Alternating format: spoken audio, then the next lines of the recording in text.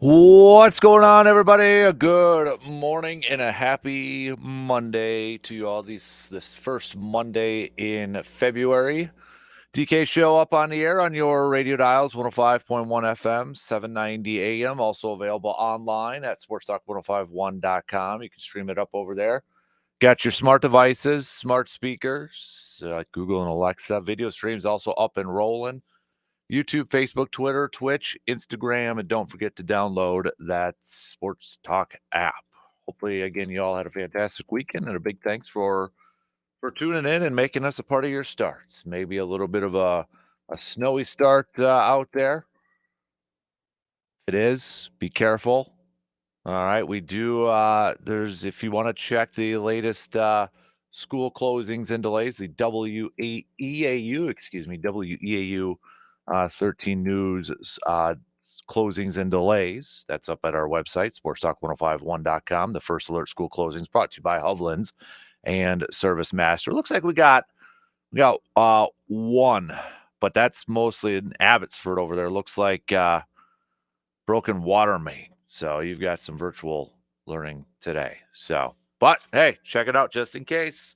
Never know what could happen later on this morning, right? So, all right, what else do we got on the what do we got on the game plan for us this morning? Well, yesterday was like NBA trade deadline day, or not day, but you know what I mean. Deadline's Thursday, but man, rocking the sports world was actually late Saturday nights, and kind of maybe woke up Sunday morning to the news. Luka Doncic getting traded from the Mavericks to the Lakers for Anthony Davis, and of course, there's other players in the mix and such. But those are the top two. Those are the main ones over there. So, kind of thought maybe Luka was an untouchable. Not the case, apparently. I know there's been some rumors and rumblings out there that Mavericks not happy with his conditioning and such. So whether that was a factor into it at all, but yeah, kind of a big move that surprised a lot of people yesterday. A lot of people yesterday. But then last night, you had the Kings moving De'Aaron Fox to the Spurs. You had Zach LaVine going to the Kings from the Bulls. Zach LaVine, a guy that was rumored to potentially be a target for the Bucks. That's not the case anymore. So will there be any moves? More moves? Will there be any Bucks moves out there with the deadline coming up? We'll go through the latest rumors and rumblings out there as we are just a couple days away from the NBA trade deadline. Speaking of the Bucks, Bucks dropping another game last night. This time against the Grizzlies. So the Bucks now have dropped 3 in a row. 3 in a row losses. 3 games in a row that the Bucks have lost. And it doesn't get any easier tonight as they'll be taking on the Oklahoma City Thunder. But 132 to 119, Bucks falling to Memphis in Milwaukee last night. You had Giannis putting up 30 points, 11 rebounds, and 7 assists. But after that, not a lot. Dame was just 4 of 15 from the field for 15 points. Chris Middleton coming off the bench, though, 20 points for him. Middleton's had like an interesting year, obviously outside the injuries and such. But I mean, you look at his last 5 games? Last 5 games. These were his points. So last night, 20. Spurs in a loss, 21. Portland in a loss, 0. Utah in a win, 22. Clippers in a loss, 0. 20, 21, 0, 22, 0. Kind of a weird stretch for Chris Middleton. Could he be one of those guys that's potentially on the move? Who knows? But we'll talk some hoops throughout this morning. Speaking of hoops, Badgers taking down Northwestern over the weekend on Saturday. Marquette falling to UConn in a top 25 one. Doesn't get any easier for Marquette because they got 15th ranked St. John's coming at you tomorrow. Badgers will be taking on Indiana tomorrow too. So, but we'll talk some hoops. Speaking of those trades, I want to have a little bit of a put your brain power to the test here this morning. Okay, I was thinking about this a little bit last night with the big trade with the Lakers and the Mavericks. give me your top best and worst Wisconsin sports trades of all time. So the best and the worst Wisconsin sports trades of all time. I've got a top 5 list for best, and I've got a top 5 list for worst. You don't have to necessarily come up with your top 5, but if you can give me what you think is the best trade in Wisconsin sports history and the worst trade in Wisconsin sports history.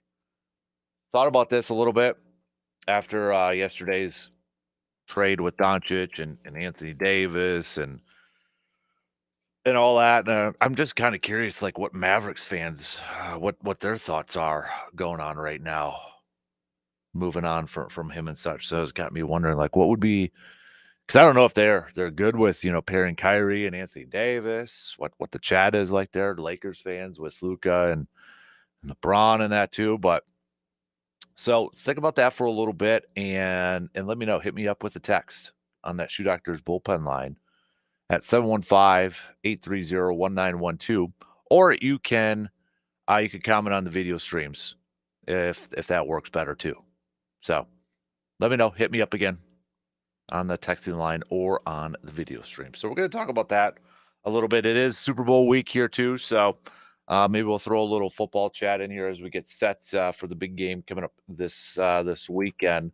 Haven't when it comes to Green Bay, though, haven't heard any rumblings or rumors about who they could potentially beginning to replace Anthony Campanelli, their linebackers coach, as he's officially onward to Jacksonville. Packers haven't made their other hires officially yet, which isn't a big surprise. They're probably going to do it all at once and such, but we'll throw some football chat in here too.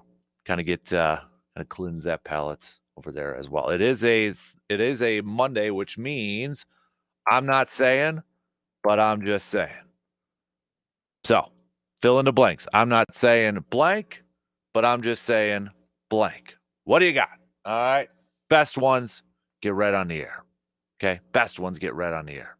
So, all right. Without further ado, let's jump right into it, shall we? Should we do this? Let's do it. We got lots to catch up on. Oh, and I do want to talk a little baseball here as we are inching closer. I mean, first spring training games now. We're in this month. It's 20 days, less than 3 weeks away is the first Brewers spring training game. Yeah, it's coming up here, baby. February 22nd, Saturday. So less than 3 weeks away. We're going to get our first Brewers spring training game. So we're going to talk a little baseball. Brewers did avoid arbitration to Contreras. So that was the lone arbitration eligible player left, but they avoided it. They signed Contreras to a 1-year deal that includes a club option for 2026 to avoid arbitration with Contreras. So he's set to earn $6 million, which for Contreras is still a dang bargain for the Brewers. $6 million in 2025, while his club option is valued at $12 million or a $100,000 buyout. I still feel like that is a bargain for Contreras either way. I mean, the buyout is $100,000, $12 million. If he continues, if he has another year like he did last year, $12 million. I'm good with that. I did see this too when it comes to the Brewers. So I saw, let me bring it up here. Number of days each Major League Baseball team has led their division since 2020. Okay? Since 2020.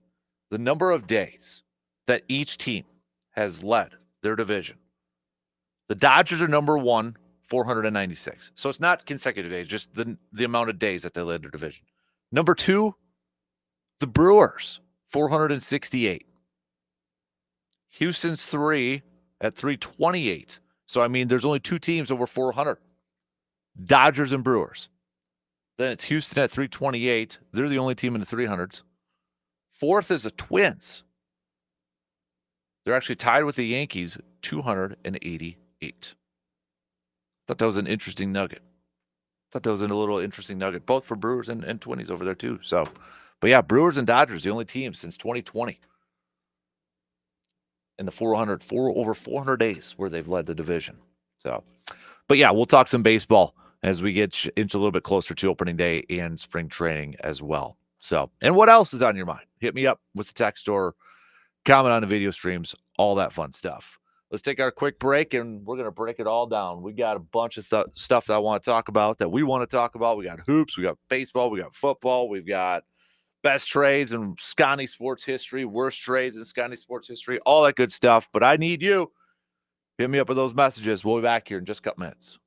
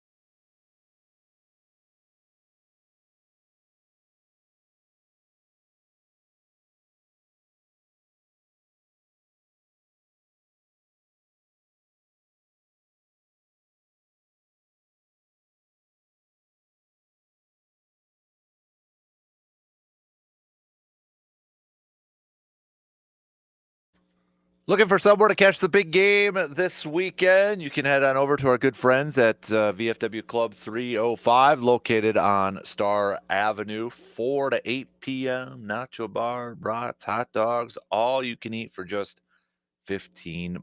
Raffles, games, giveaways going on as well. So again, that's the VFW Club 305, located on Star Avenue. And don't forget, it is Munchie Mondays, dollar off all apps and soup flights, 3 cups with rolls for just $10 over there. Heck of a deal. Soup sounds really good for today.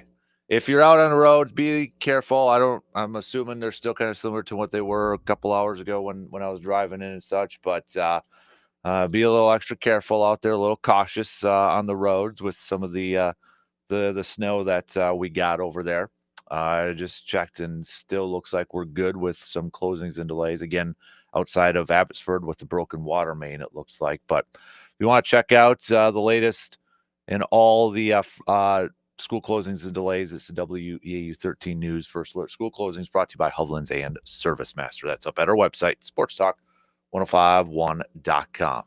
We begin. Let's talk a little hoops here this morning. Bucks fans, how concerned are you with your team right now?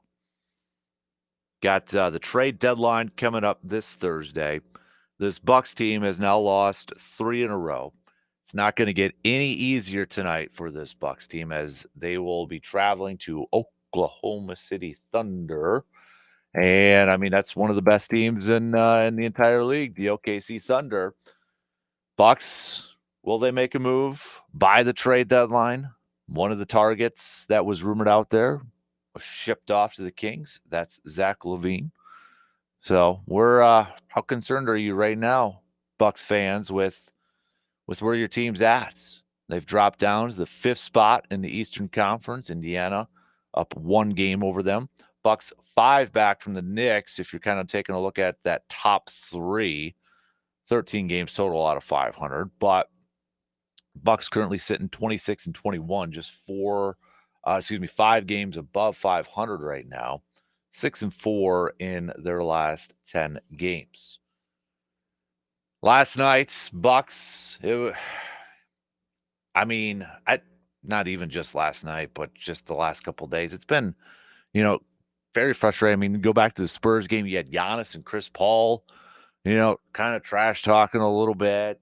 Giannis, try me sort of thing. And it's like, I don't know if a little frustration was kind of boiling through or not, but you complete your West Coast trip with a loss to the Blazers, a loss to the Spurs, and you're back home with a loss to the Grizzlies, and now you got to hit the road here, a game against the Thunder.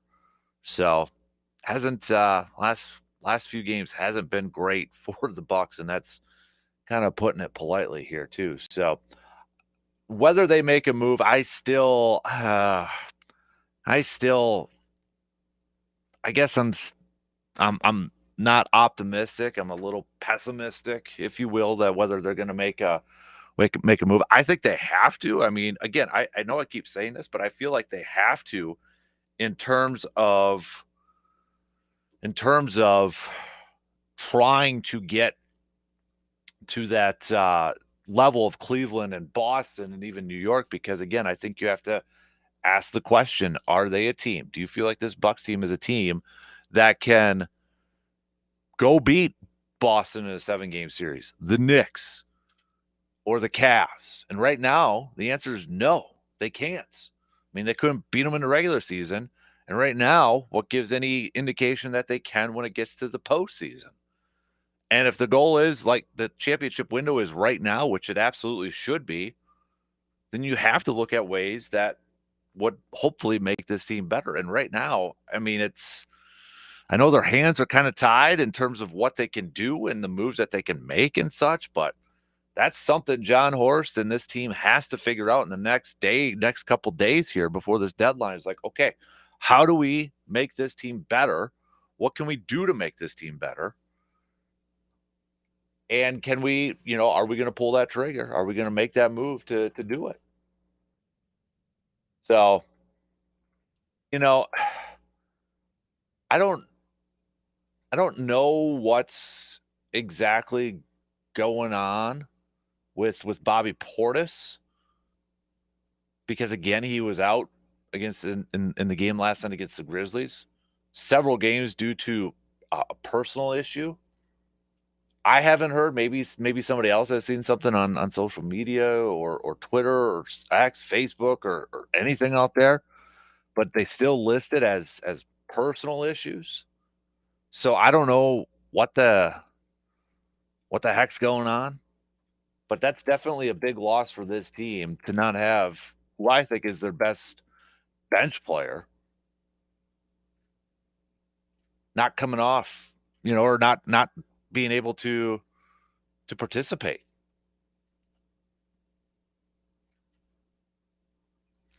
It looks like, okay, so I just saw it. I just Googled it. It looks like his grandmother passed away. Oh man, that's awful. Okay. So that's one thing I just saw on Twitter. It looks like I don't know if that's official or if that's 100% accurate, but that's what's actually out there right now. It looks like, oh man. So Damian Lillard talking a little bit after the game about the team struggles without Bobby Portis. The size has been to our advantage, and that's something that's been taken away. Talking about Bobby Portis's what he means to this team and such. So yeah, I mean it's a big loss. It's a big loss not to have Bobby Portis in the stretch. And I think you can look at some of those games and be like, well, that could be a reason why Bobby Portis isn't, or why the Bucks haven't been able to get some of these wins, is because they're missing one of their top players. I don't want to necessarily rank the Bucks players, but I mean, I think he's a top 4, top 3, top 4. Giannis and Dame easily being the top 2 players on here, and then I think, after that, maybe a little bit open to some debate. Maybe some would still put Middleton up there. Maybe some would put Portis up there at as the third. But yeah, I think this team just needs a little bit more scoring, consistent scoring. If it were me, if there was a player or a position that I would like to see the Bucks address, I would like to see a little bit more scoring. Their defense, I mean, numbers wise, it's been up there. And I know looking at Spurs and you allow 140 over 140, and then you look at the Thunder and it's like 139. You're like, well, defense. For the most part in January, their defense was trending upward and one of the better defenses in the entire league. I just feel like you're going to need another scoring option, another consistent scoring option to keep pace with some of those teams, specifically like Boston or the Knicks or the Cavs. I mean, before the game last night, looked like the 76ers were going to beat Boston. They were up by 20-something. And then all of a sudden, Boston just goes on this run. And we know how much Boston loves to shoot the three. When they're on, they're on. And, I mean, down by 20-some, they end up winning the game. Not just 20-some after the first quarter. We're talking late in the game. It looked like the 76ers were going to get this thing. And then the Celtics just had this fourth quarter where they couldn't miss. And I think the Bucks just need a little bit more firepower in that department. They need a little bit more scoring. They need a consistent scorer. I go back to Middleton. Okay, Middleton's been putting up 20 points, but then, in these last 5 games, he's had 3 games with 20 or more points. And the other 2, 0. None. I want another option. I want another third option on this thing. And there's times where Dame, he's going to be cold. Last night, was it 4-17 of the field and just 15 points for Dame? So I guess if I had a wish list or a want to see what the Bucks could, or what I would want the Bucks to do before the deadline, is maybe acquire another scorer.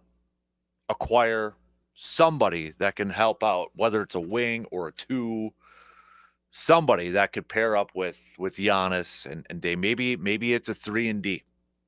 A 3-point dude, defensive guy, sort of thing. I know everybody talks about the size and the length and maybe getting another big man down low and such. I think Portis could help fill that, though, when he's back. All right. What are your thoughts? We got a couple bucks text over here. Definitely, yeah. Let's do a vibe check. Let's do a vibe check. Bucks fans, what's your vibe check right now on your team? Eric says if I'm doing a vibe check on the Bucks right now, it's pretty darn low.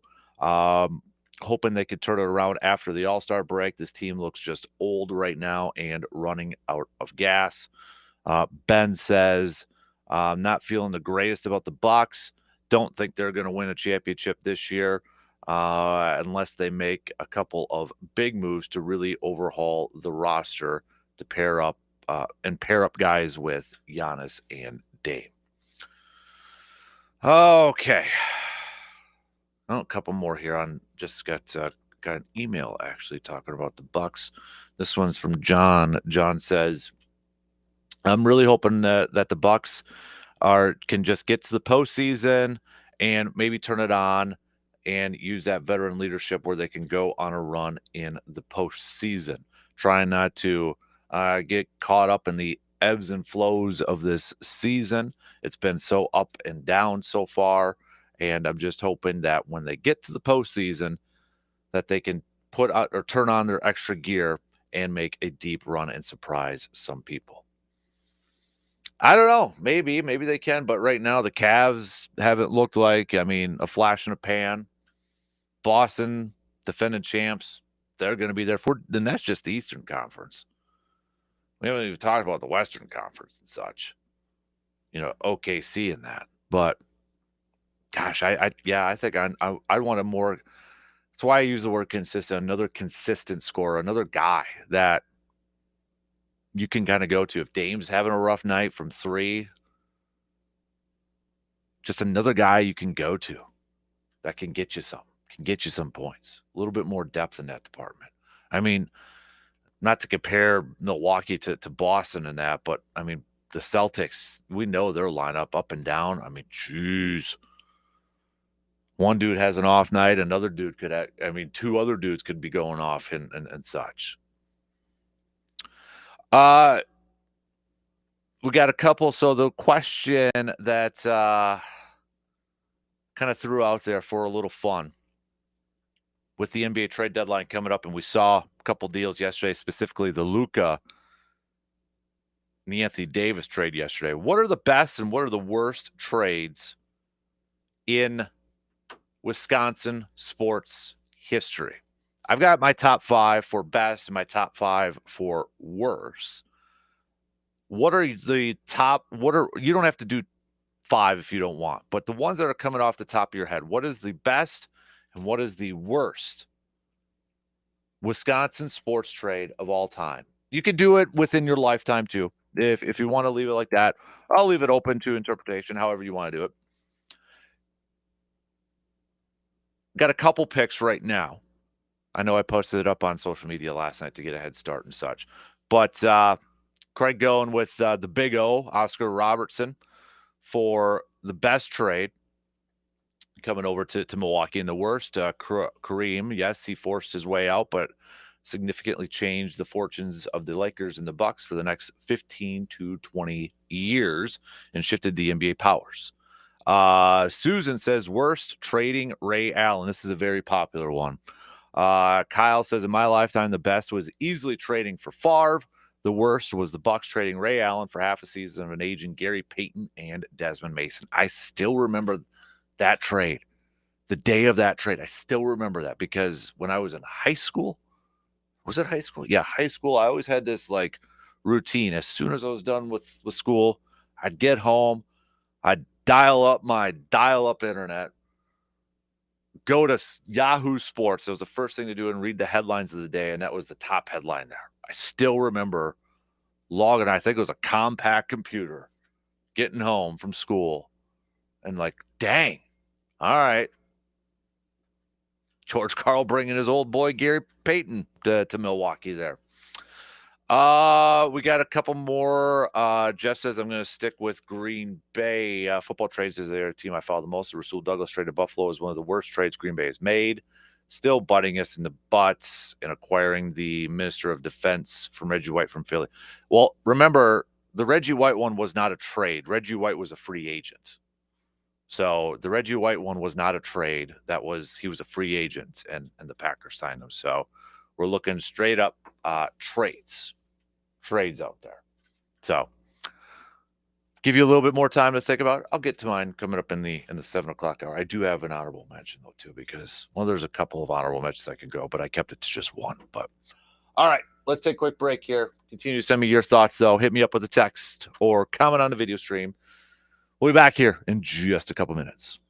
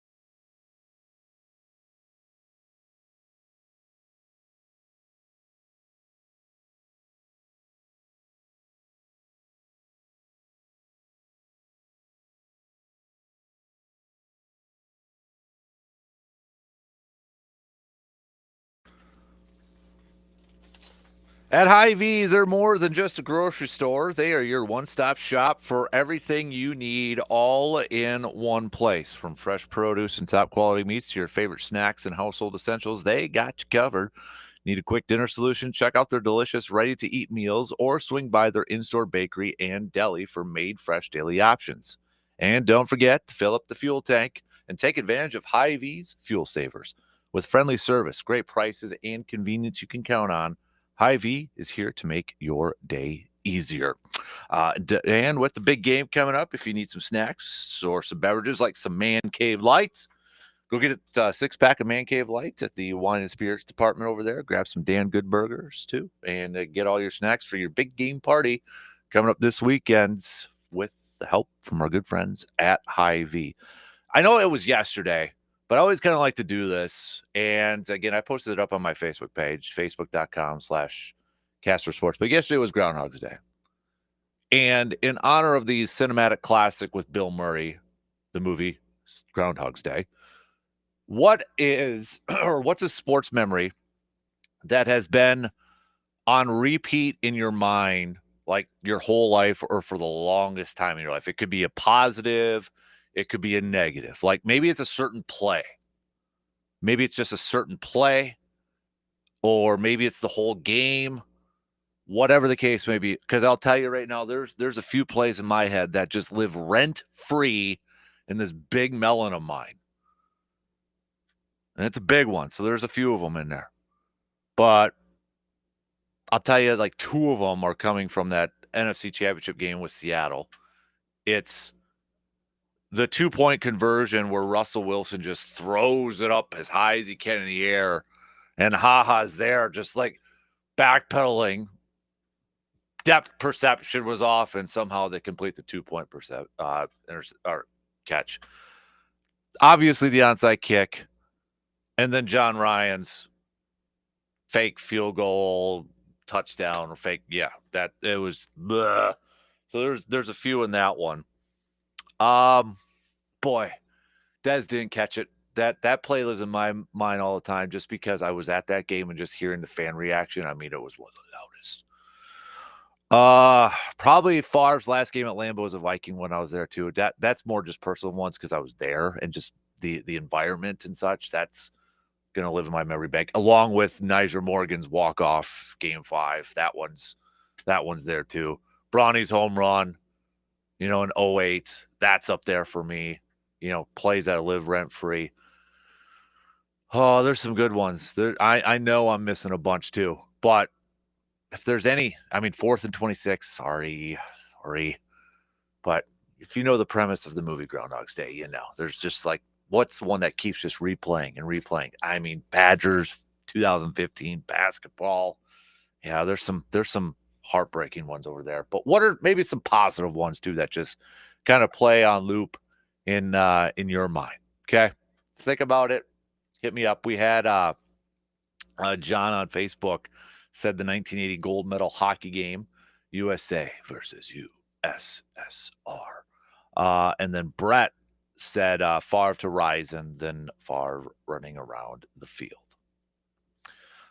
So yeah, you could, even though it was yesterday, even though this awesome holiday of ours, Groundhog's Day, was yesterday, you can send those on over too. Smuck says Packers trading for an aging quarterback, John Hadl, doomed us for decades. It's a good one. Well, not a good trade, but a good bad one. We'll see if my list matches any of yours. Honestly, I'll tell you, the good trades actually were a little bit easier for me to come up with. Worst ones, it was out there. I would just say like the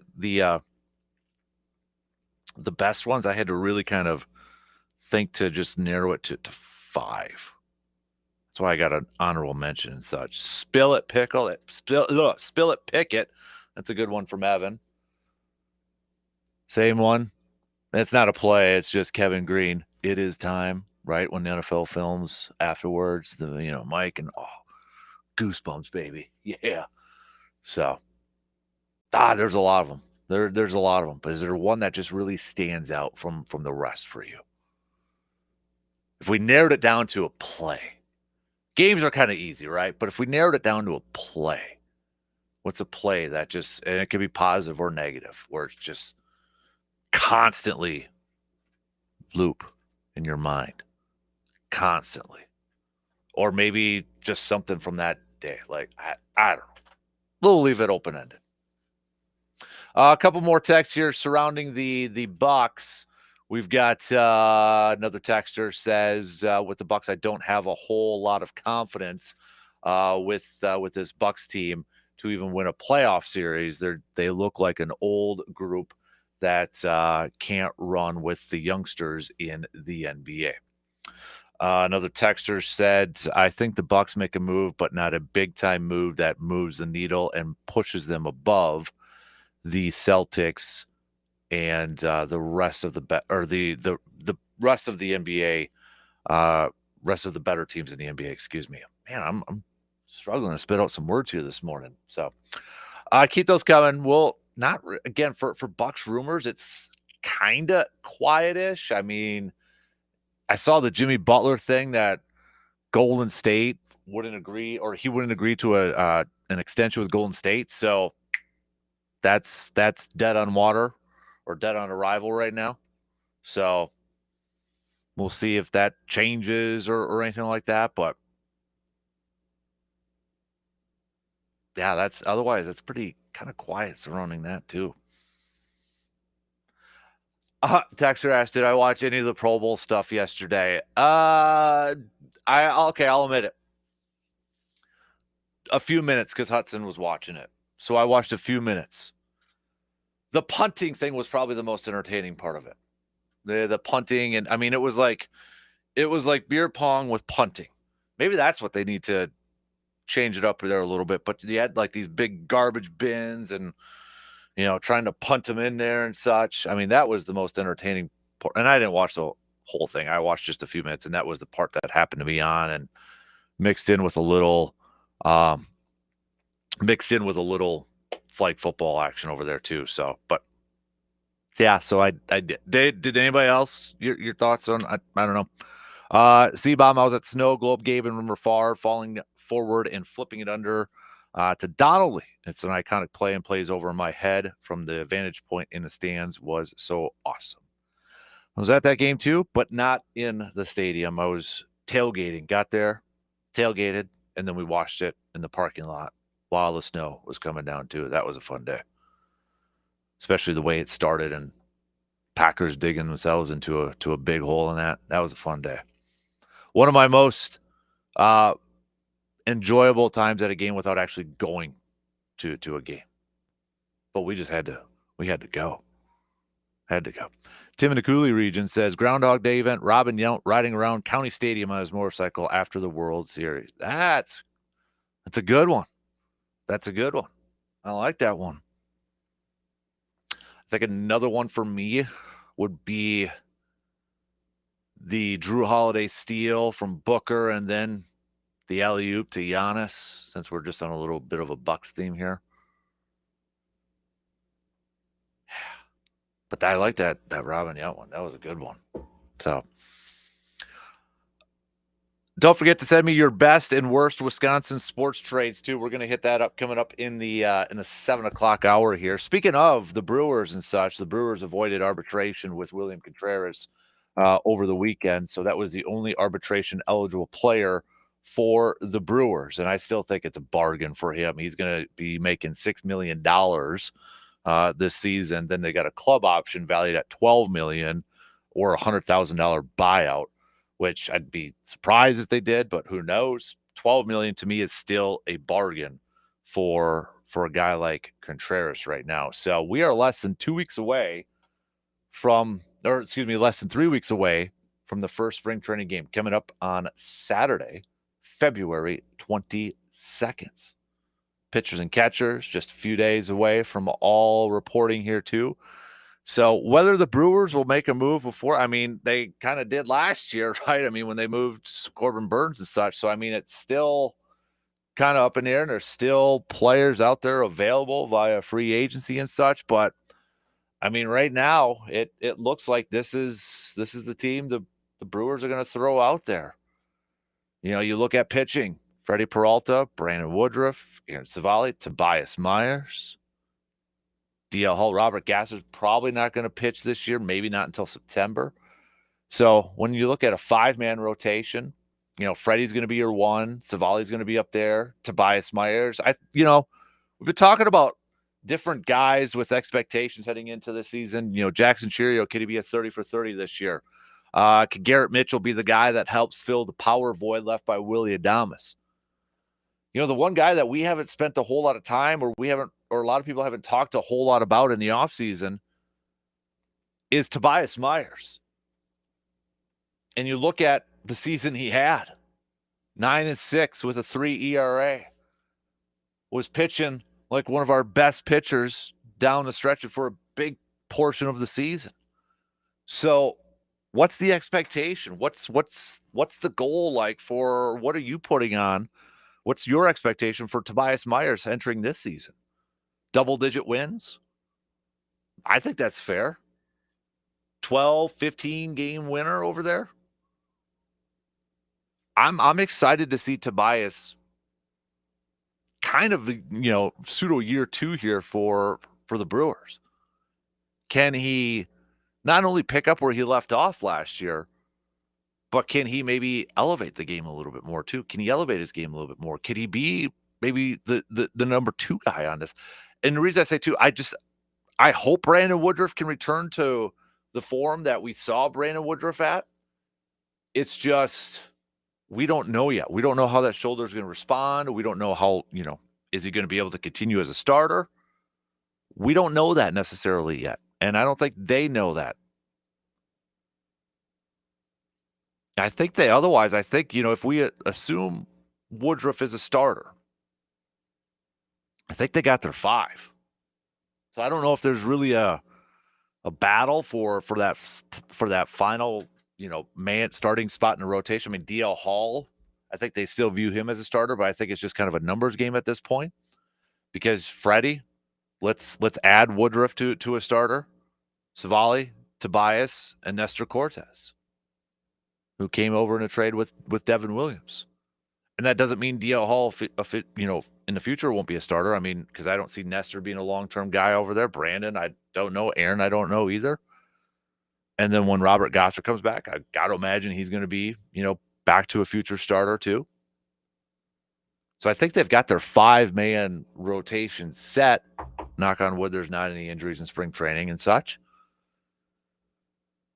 I think, bullpen-wise, Trevor McGill's in line to be the closer. There was another graphic I saw over the weekend, too. It just kind of tracked the nastiest pitches thrown by pitchers this year. And Trevor McGill was top 10. Abner Uribe was up there, too. And so was Nick Mears. So I'm curious to see those 3 as maybe potential back-end relief type of pitchers coming into this year. So I think, as we get closer to spring training and such, still, I think the biggest question still is, what is the plan going to be for third base?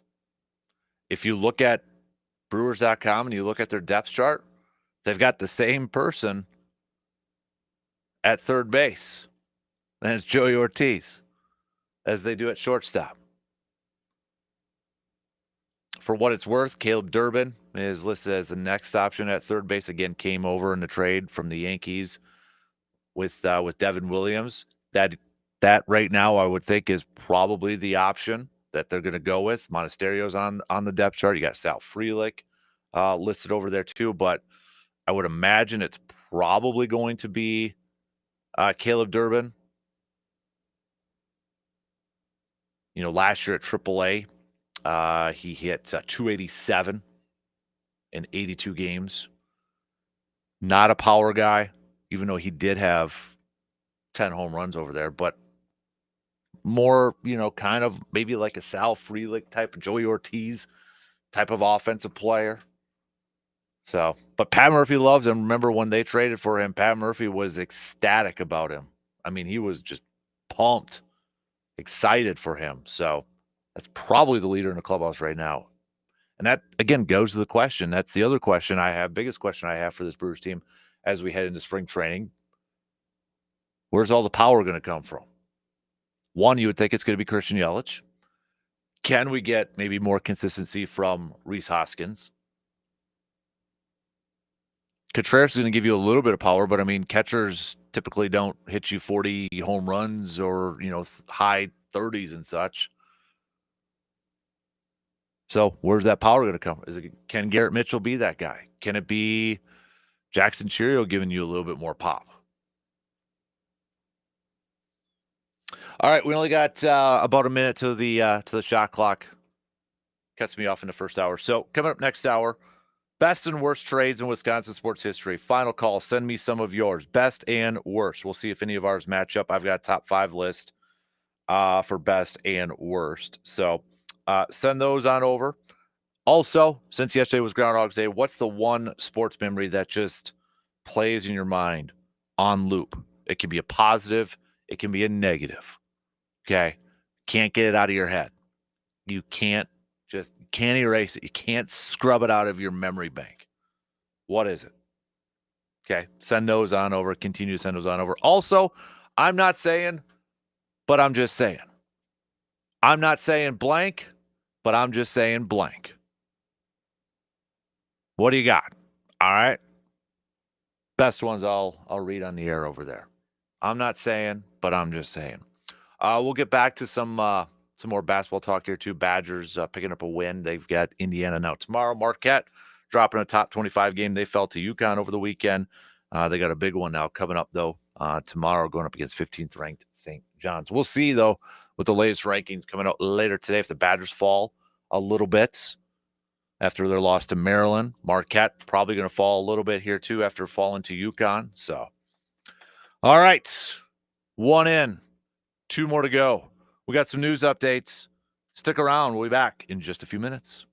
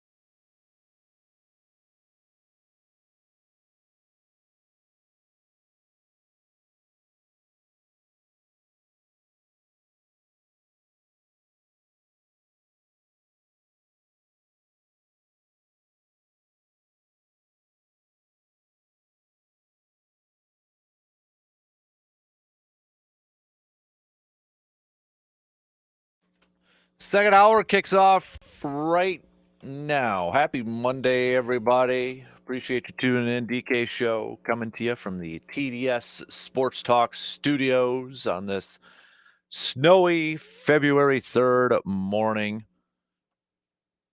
If you want to check out any of the, if there's any school closings or delays out there, reminder, you can always head to sportstalk1051.com and click on the WEAU 13 News First Alert School Closings, brought to you by Hovlands and ServiceMaster.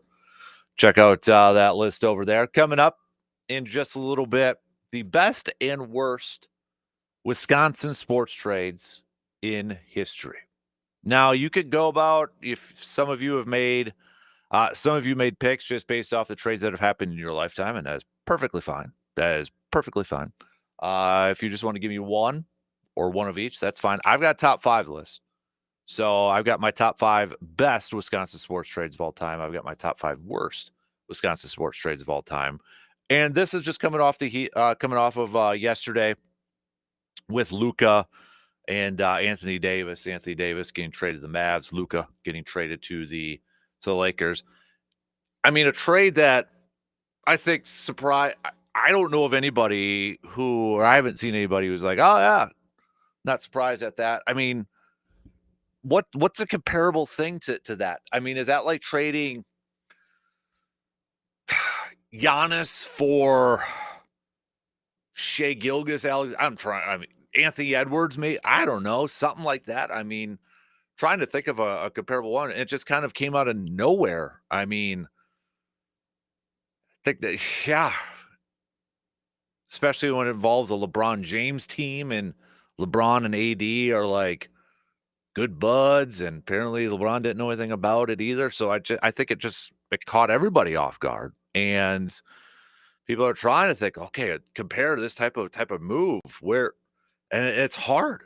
It's hard when you don't factor in like a superstar saying they want out.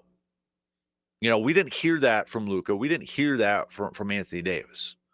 It's not like Jimmy Butler or some of these other players in different leagues who have been vocal about, I want out.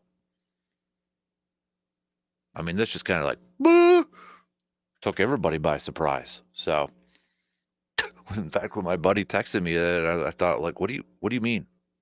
Because all he said was Luka Davis, Davis, huh? Like, what are you talking about? So, but send those on over. Just kind of have a little bit of a fun brain kind of, warm up your noggin here this morning on a Monday morning. Have a little fun with this. Also, yesterday was Groundhog's Day, but in honor of the Bill Murray Classic, Groundhog's Day, what's a sports memory that lives in your mind rent-free and plays on loop all the time? Like, you can't go a day or maybe a week without thinking that play. Like, it's just constantly in your head, constantly in your mind. So, before we get to all that, we spent some time in the first hour talking some Bucks and talking a little bit about, with the NBA trade deadline coming up here. What will the Bucks make a move now? That's just everybody's kind of waiting to see if that's going to be the case. Bucks have lost their last 3 games in a row, and they've got another tough one tonight going up against the Oklahoma City Thunder. Bucks just 5 games above 500 right now. They're dropped down to that 5th spot in the Eastern Conference. They've been going back and forth with Indiana. Top 4, remember, hold first round. Hold home court advantage for the first round. Get the home court in that first round. So could make a difference there. But we got a few days yet. We'll see if the Bucks make a move. I gotta wonder with this stretch too, with how the Bucks have been playing, does that make it a little bit more, or is John Horst and company a little bit more antsy to make a move to try to fix some of the stuff? And a lot of it too is, Bobby Portis has been missing time. And that is a big loss for this team to not have who I think is their best bench player, their 6th man, coming off the bench and being a contributor. But if there was something that I would like the Bucks to potentially get or target, it would probably be another shooter, a consistent shooter. Just my opinion over there. Uh, so we'll get back to some more Bucks talk. Also, Badgers picked up the win against Northwestern on the road on Saturday. They'll be back at it tomorrow night going up against Indiana. The Badgers getting a road victory, 75-69 against Northwestern. It was the Carter Gilmore game. Not often do we talk about Carter Gilmore. Not often do you hear his name mentioned, but it was the Carter Gilmore game. 24 minutes of action, 15 points and 7 rebounds. John Tonje, 27 points to lead the Badgers to victory. Wisconsin outscoring Northwestern by 12 in the second half after Northwestern went into the first half with a 6-point lead. It was 31-25 Northwestern after the first half, but Badgers 50 points in the second half to take down the Wildcats. So Badgers now 17-5 on the season. They've got Indiana coming up at the Kohl Center tomorrow. Then they've got Iowa coming up this Saturday. That'll be a road game. I think these are two very important games. I don't want to use the word big because I think these two are just very important coming up for Wisconsin this week because you have some big games coming up afterwards. We're talking a stretch of games that I think are going to tell us really how good this Badger basketball team is. And I think these are important games because these are winnable games for the Badgers, and they've got to win these games. They've got to win these type of games going up against Indiana. They've got to win these games going up against Iowa. There's just no excuses about it, especially Indiana coming into Wisconsin. Okay. It's important because you have to win these type of games. Not saying it's going to be super easy or anything like that. I know Indiana's a little bit down this year. So not saying it's going to be super easy, but you look at the last few games that the Hoosiers have played, I mean, they've kept it close. Go back to their win against Ohio State. They won by 1. Northwestern beat them by 9. Maryland beat them by 1. Purdue edged them out by 5 last Friday night. So I don't know what version of Indiana, because I mean there were some games too where they were just gotten dominated earlier in the season too, but like that January 11th game against Iowa where they lost by 25. So, but these are games that Wisconsin is supposed to win. And then starting next Saturday, the 15th, day after Valentine's Day, you got Purdue at Purdue. Illinois comes to Wisconsin, another ranked opponent. And Illinois has had Wisconsin's number here for a while now.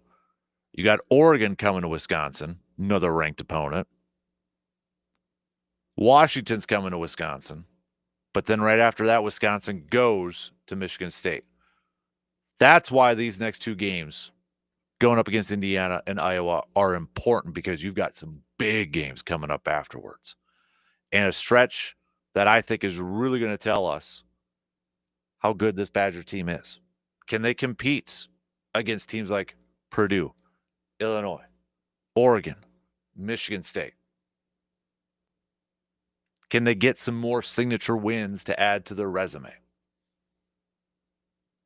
Because right now they're probably at a 4 or 5 seed when it comes to the March Madness tournament, when it comes to the big dance, bracketology. But, I mean, if they can rack up multiple wins between Purdue, Illinois, Oregon, and Michigan State, does that move the needle maybe a little bit higher? They get to a 3. I don't know if they can get as high as – I mean, they would have to win, I would say, 3 out of those 4 and still have a good showing in the Big Ten Conference Tournament if they were to jump up to a 3. But I think if you want to solidify yourself as maybe as a 4 seed, then, yeah, you probably want to win 3 of those 4 without having a hiccup against, like, Washington, Penn State, those type of teams. Marquette, meanwhile, they had a top 25 matchup over the weekend, too, on Saturday. Marquette falling to UConn, though. UConn's been a very streaky team this year. But UConn taking down Marquette 77-69. And it doesn't get easier for Marquette either. They got to hit the road and take on 15th ranked St. John's tomorrow night. And that could have been a game. It still could be. But if Marquette would have won the game against UConn, and St. John's barely beat Providence, but you had Marquette St. John's at the top of the Big East there. I mean, it's kind of a back and forth between those two. So it's a big game for Marquette not to fall a little bit more behind St. John's in those standings. But again, I think this is another chance for Marquette to add another signature win to their resume. They're kind of around a 2-3 seed right now when it comes to bracketology. I'm sure they're going to fall maybe more towards that 3 after their loss against UConn, but you beat St. John's, well, you're right back in potentially a 2 spot. You look at it, though, 7 more games left for the Badgers. That's it, right? 7 more games for the Badgers. 1, 2, no, excuse me. 1, 2, 3, 4, 5, 6, 7, 8, 9 more games. Okay, my bad. 2, 4, 6, 8, 9. Just 9 games left of the regular season for both Wisconsin and Marquette. It's coming in hot. It's coming in hot, baby. All right. Tell you what, let's take a quick break, and then let's get to the top 5s. Top 5 worst trades in Wisconsin sports history. Top 5 best trades in Wisconsin sports history. Who do you got? Let's see if our lists match up. Okay? If you want to participate and you just only want to do one, that's perfectly fine. Let's get to it. We'll be back here in just a few minutes.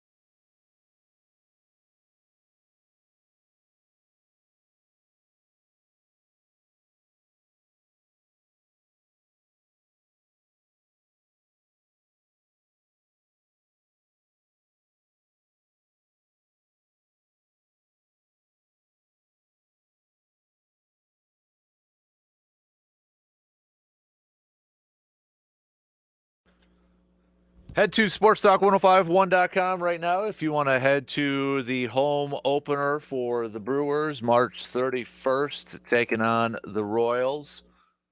Tickets available via wiscotrips.com, but we got a link up at our website, sportstalk1051.com, on the homepage on the left-hand side over there. Or you can visit wiscotrips.com. Got tailgate party included, provided by Premier Catering. You've got your game ticket. That's a game ticket in the Johnsonville party deck up there. So, I mean, you've got the food covered, you've got the drive covered, and all that good stuff. More details at wiscotrips.com, or again, you can head to sportstalk1051.com and click on the icon on the left-hand side. All right, let's do it. So yesterday, after the Luka and Anthony Davis trade went down, part of me was thinking, what are some of the best and what are some of the worst trades in Wisconsin sports history? I mean, you can Google it and you're probably going to find blogs and lists and articles all across the board, whether it's just Brewers, whether it's just Packers, whether it's just Bucks. But if we combined them all, and we made up our own list here, what would be and I'm going to say top 5. And I know Brandon's not here for us to do a top 5, but top 5 best Wisconsin sports trades of all time, top 5 worst Wisconsin sports trades of all time.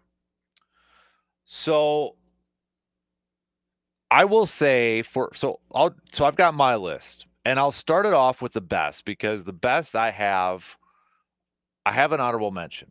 Now, I did have a few more honorable mentions on there, but I took them off and just left them off to just one honorable mention. But I'll throw the ones in there that I did consider. I did consider Ahman Green. He was on the short list with the Packers acquiring Ahman Green. I mean, that worked out pretty darn well for Green Bay, sending, was it corner Fred Vincent in a draft pick for Green, who had a pretty darn good career in Green Bay.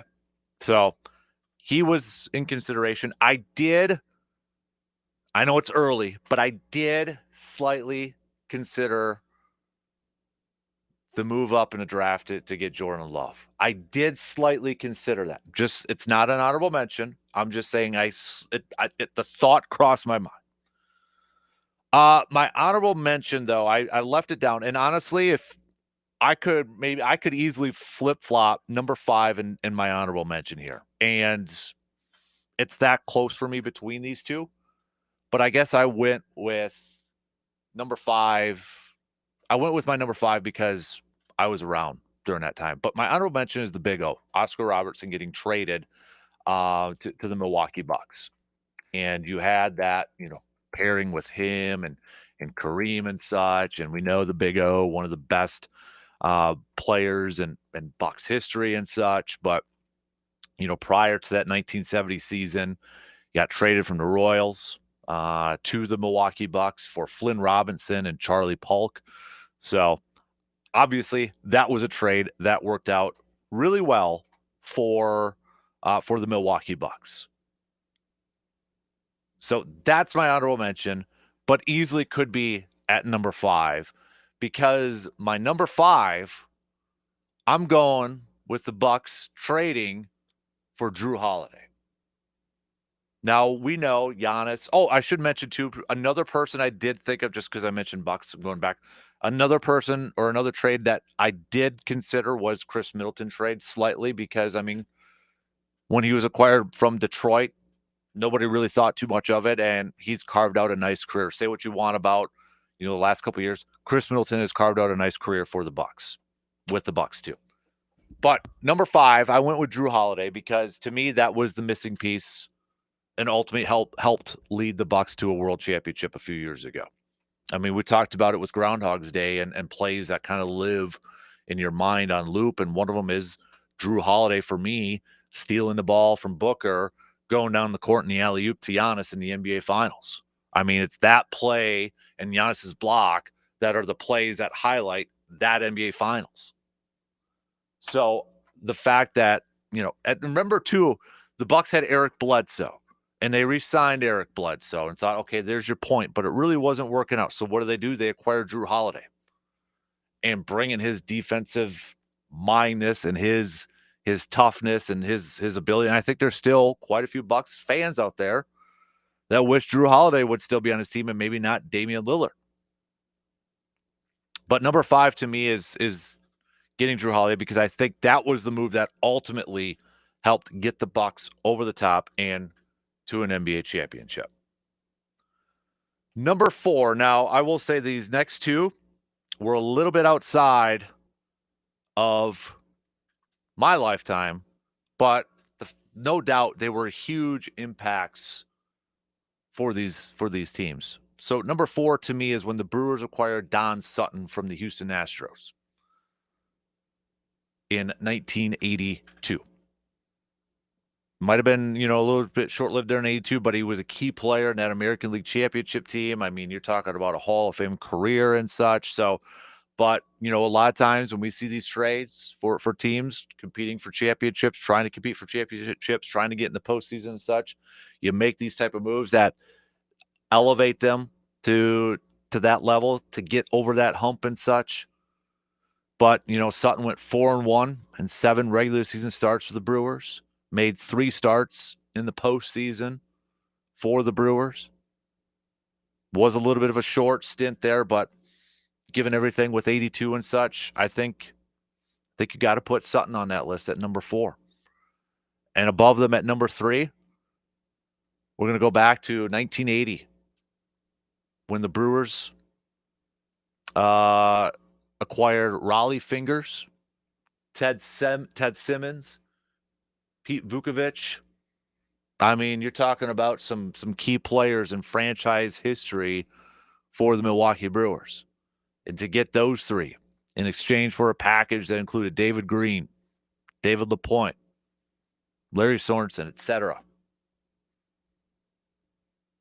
I mean, I think that one worked out pretty darn well for the Brewers to acquire those 3 guys. 3 guys that long-time Brewers fans still talk about, still remember when we do all-time Brewers lists. Those 3 are sometimes mentioned in there, especially Rollie Fingers. Ted Simmons in there too. Pete for a little bit. Remember when we did like the underrated Brewers list? Yeah, Ted and Pete were listed on there. So that's my number 3 best trade in Wisconsin sports history. Number 2, staying with the Brewers. I'm staying with the Brewers, and we were talking about this guy not that long ago because he just got inducted in the Hall of Fame, CC Sabathia. Again, short stint with the Brewers, but what he meant to that team during his stint with the Brewers, I think the Brewers are still reeling in the effects from that trade. That trade for CC, I think, really changed things and still has an effect on the franchise today, to this day. Brewers were just trying to get over that hump to get into the postseason. And they make a move to acquire a guy like CC Sabathia. The Brewers don't make moves like that. They don't make trades like that. Well, they did. And CC rewarded them by carrying that team on his back to the postseason. And since then, I mean, that was the first time I ever experienced Brewers postseason play. And since then, I mean, the Brewers have been practically perennial contenders to make the postseason. So I think that move alone, when we got a taste of the postseason, we got a taste of the playoffs, that's a move that still affects this franchise to this day. So that was a huge win, a huge trade for that franchise, for that fan base. Number 1, though, a lot of people have already mentioned this one, but the best trade to me in Wisconsin sports history is Brett Favre. We all know the story. This is a story that will be told for years to come. It already is. Ron Wolf comes in. Ron Wolf liked Favre when he was with the Jets, wanted the Jets to get him, and didn't get him. So what does he do? After he comes to Green Bay, sends a first-round pick to get Favre, and already everybody's on Ron Wolf's case, and what are you doing? Why are you trading the 17th overall pick to a guy who was drafted with like the first pick in the second round of the previous draft and wasn't even a starter, third depth chart Atlanta? What are you doing, Wolf? It worked out. And you could add more, lore to the trade. Favre failing his physical. Wolf saying, no, pass him, overruled it. There's so many. And then, as they say, the rest is history. So, to me, the number one trade in Wisconsin sports history is acquiring Brett Favre. Now to the worst Wisconsin sports trades of all time, in my opinion. I didn't have an honorable mention for this one, but I'll start it off with number 5. Could call it a little bit recency effect or such, and I get it. The guy was probably going to get traded at the end of the season, but at that point in time in the season, do you make that move? Probably not. It's the Josh Hader trade.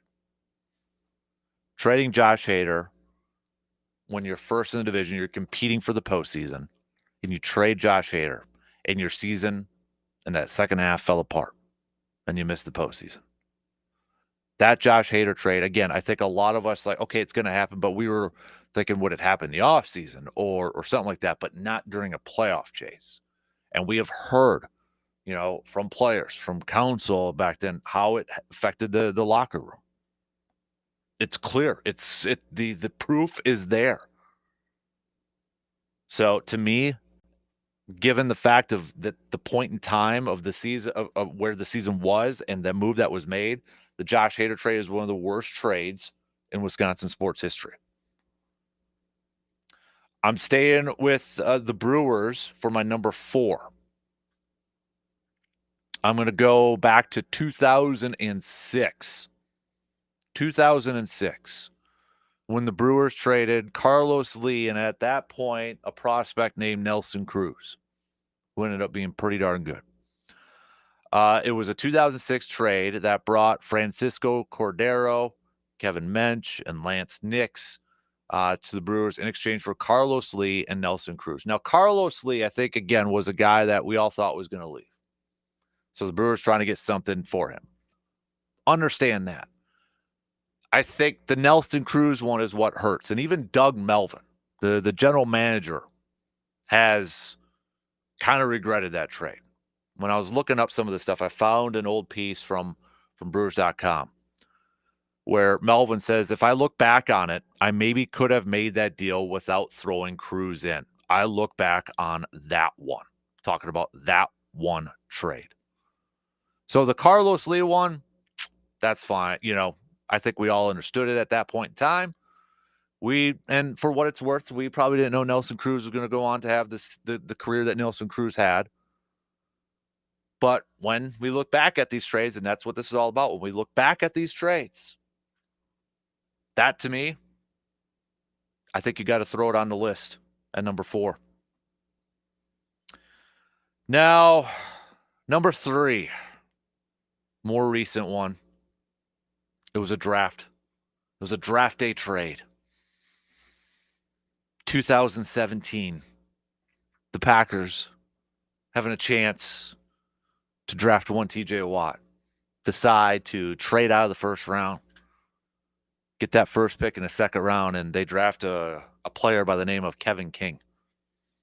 And that is a move that is still talked about, that will still be talked about for years to come. That was Ted Thompson's final draft as Packers general manager. And that's, for some people, what he will be remembered most by is passing on TJ Watt, trading out of the first, and acquiring Kevin King with the first pick in the second round.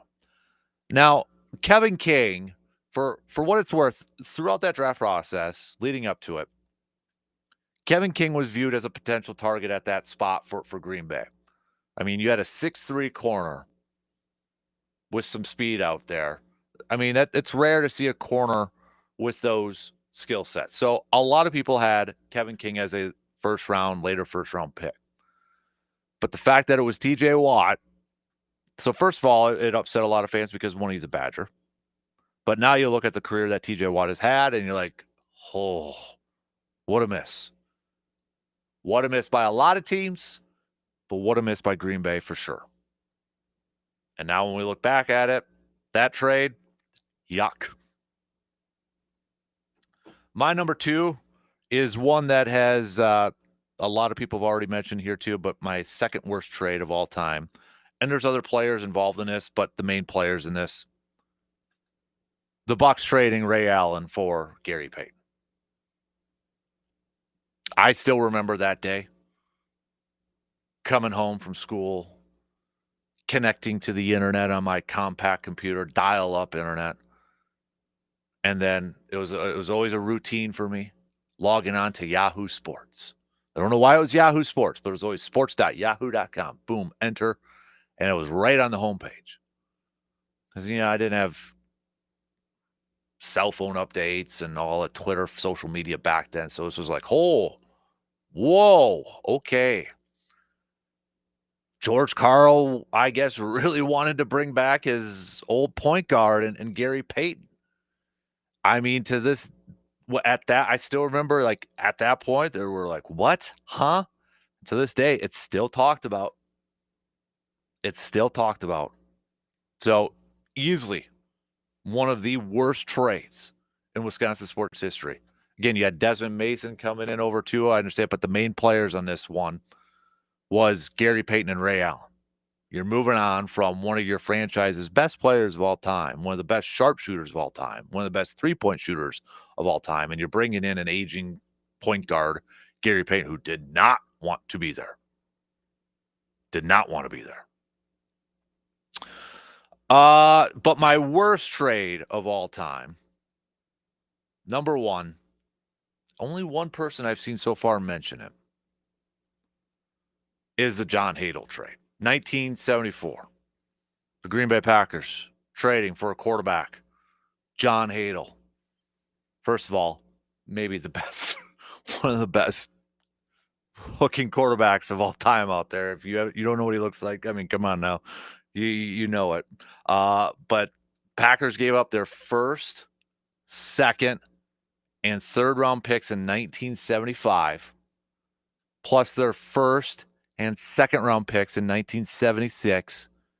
And they included 2 players in the draft too, or 2 players on the roster for John Hadl. This to me is the worst trade in Wisconsin sports history. When you look at what Green Bay gave up for him, 1974 to 1975. I mean, he was coming off 1973 all-pro season and such. But it did not work out in Green Bay. He had, looking at that season, 1974, combined, threw for 1,752 yards. And that's, let me double check this because I don't think that number is accurate over here. But anybody, even if you weren't around, you probably know the name John Hadl, and you probably know the story, and you probably know the lore surrounding it, right? And just how awful of a trade that was for the Packers. So 1934, he played in 6 games, played 8, had a 3-3 record, threw for 1,072 yards, 3 touchdowns, 8 interceptions.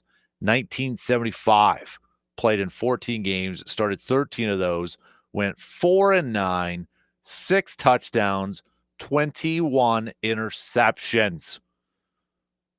And then he finished up his career with Houston for 2 years. But when Green Bay traded all of those picks for him, he was already 34 years old. And he looked like 70, for crying out loud. So to me, the worst trade of all time is the Packers acquiring John Hadl. Now, I'm sure we missed some. So if we've missed some, send those on over. Hit me up with a text, 715-830-1912. But again, to revisit, my worst or my best trades in Wisconsin sports history. Honorable mention, the Big O, Oscar Robertson. Number 5, Drew Holiday. Number 4, Don Sutton. Number 3, getting Raleigh Fingers, Ted Simmons, Pete Vukovich. Number 2, CC Sabathia. Number 1, Brett Favre. My worst ones, Josh Hader. Number 5, Carlos Lee and Nelson Cruz. Number 4, number 3, the 2017 draft trade of bypassing TJ and getting Kevin King. Number 2, Ray Allen, Gary Payton. Number 1, John Adel. John Adel. All right, let's take a quick break. We'll finish up the second hour. Don't forget, send me yours and then your sports memory that just kind of plays on loop since it was Groundhog's Day yesterday. Could be a good one, could be a bad one. What do you got? Let me know. We'll be back in just a couple minutes.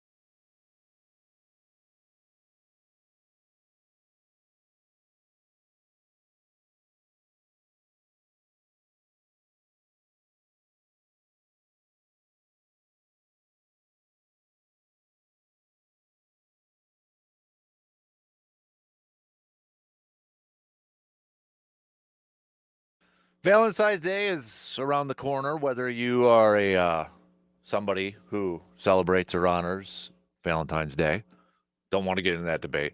But if you're looking for that perfect gift for that love of your life, maybe it's time to remodel some of their floors in their home. Huh? Think about that. Think outside the box a little bit. Enough with the candy, enough with all that stuff. Give that love of your life some new flooring in their man cave or their space, their bedrooms, the living room, whatever the case may be, whether it's some new carpet, some rigid max flooring like luxury vinyl planks, maybe redoing the shower tiles and such. That's what speaks from the heart, is getting some new floors in your home and your space. So head on over to our good friends at Carpet City Flooring Center in Eau Claire. Carpet City WI.com is also their website. You can check them out over there. Otherwise, give them a visit. 3109 East Hamilton Avenue. All right. Think outside the box a little bit for Valentine's Day this year. Just saying. Just saying. I know my wife would love it if we redid like the kitchen floors or now the bathroom shower tile. She'd love that. Just saying, guys, if you listen, that could be a good one over there. Catch up on a couple of texts here. Dennis on YouTube says tractor trailer for Dirk. Bucks missed on that one. Yeah, that's definitely one over there too. We've had Jeff a little bit earlier said Rasul Douglas as one of the worst. Yeah, my thoughts on that one. I don't know if I'd put it as one of the worst. I think the draft pick they used, they got a 3rd round pick in return. I think that was the one that was it Tyron Hopper? I'd have to double check it. So I mean, we had really barely saw him at all this year.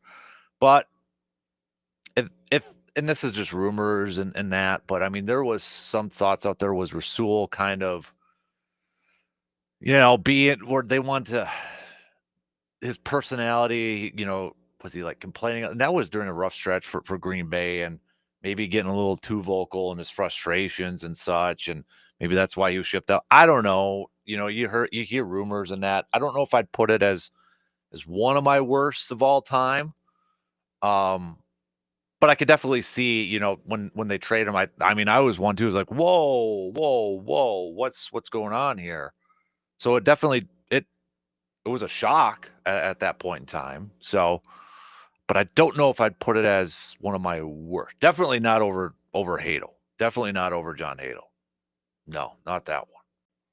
Let's try, or maybe the TJ Watt one over there. I mean, there's other draft trades we could think about moving up or moving back and missing out on and such too. So, what else we had? We had my most memorable play was the Roy Butler Lambeau Leap was at the game and the temperature was at 0 degrees at the start of the game.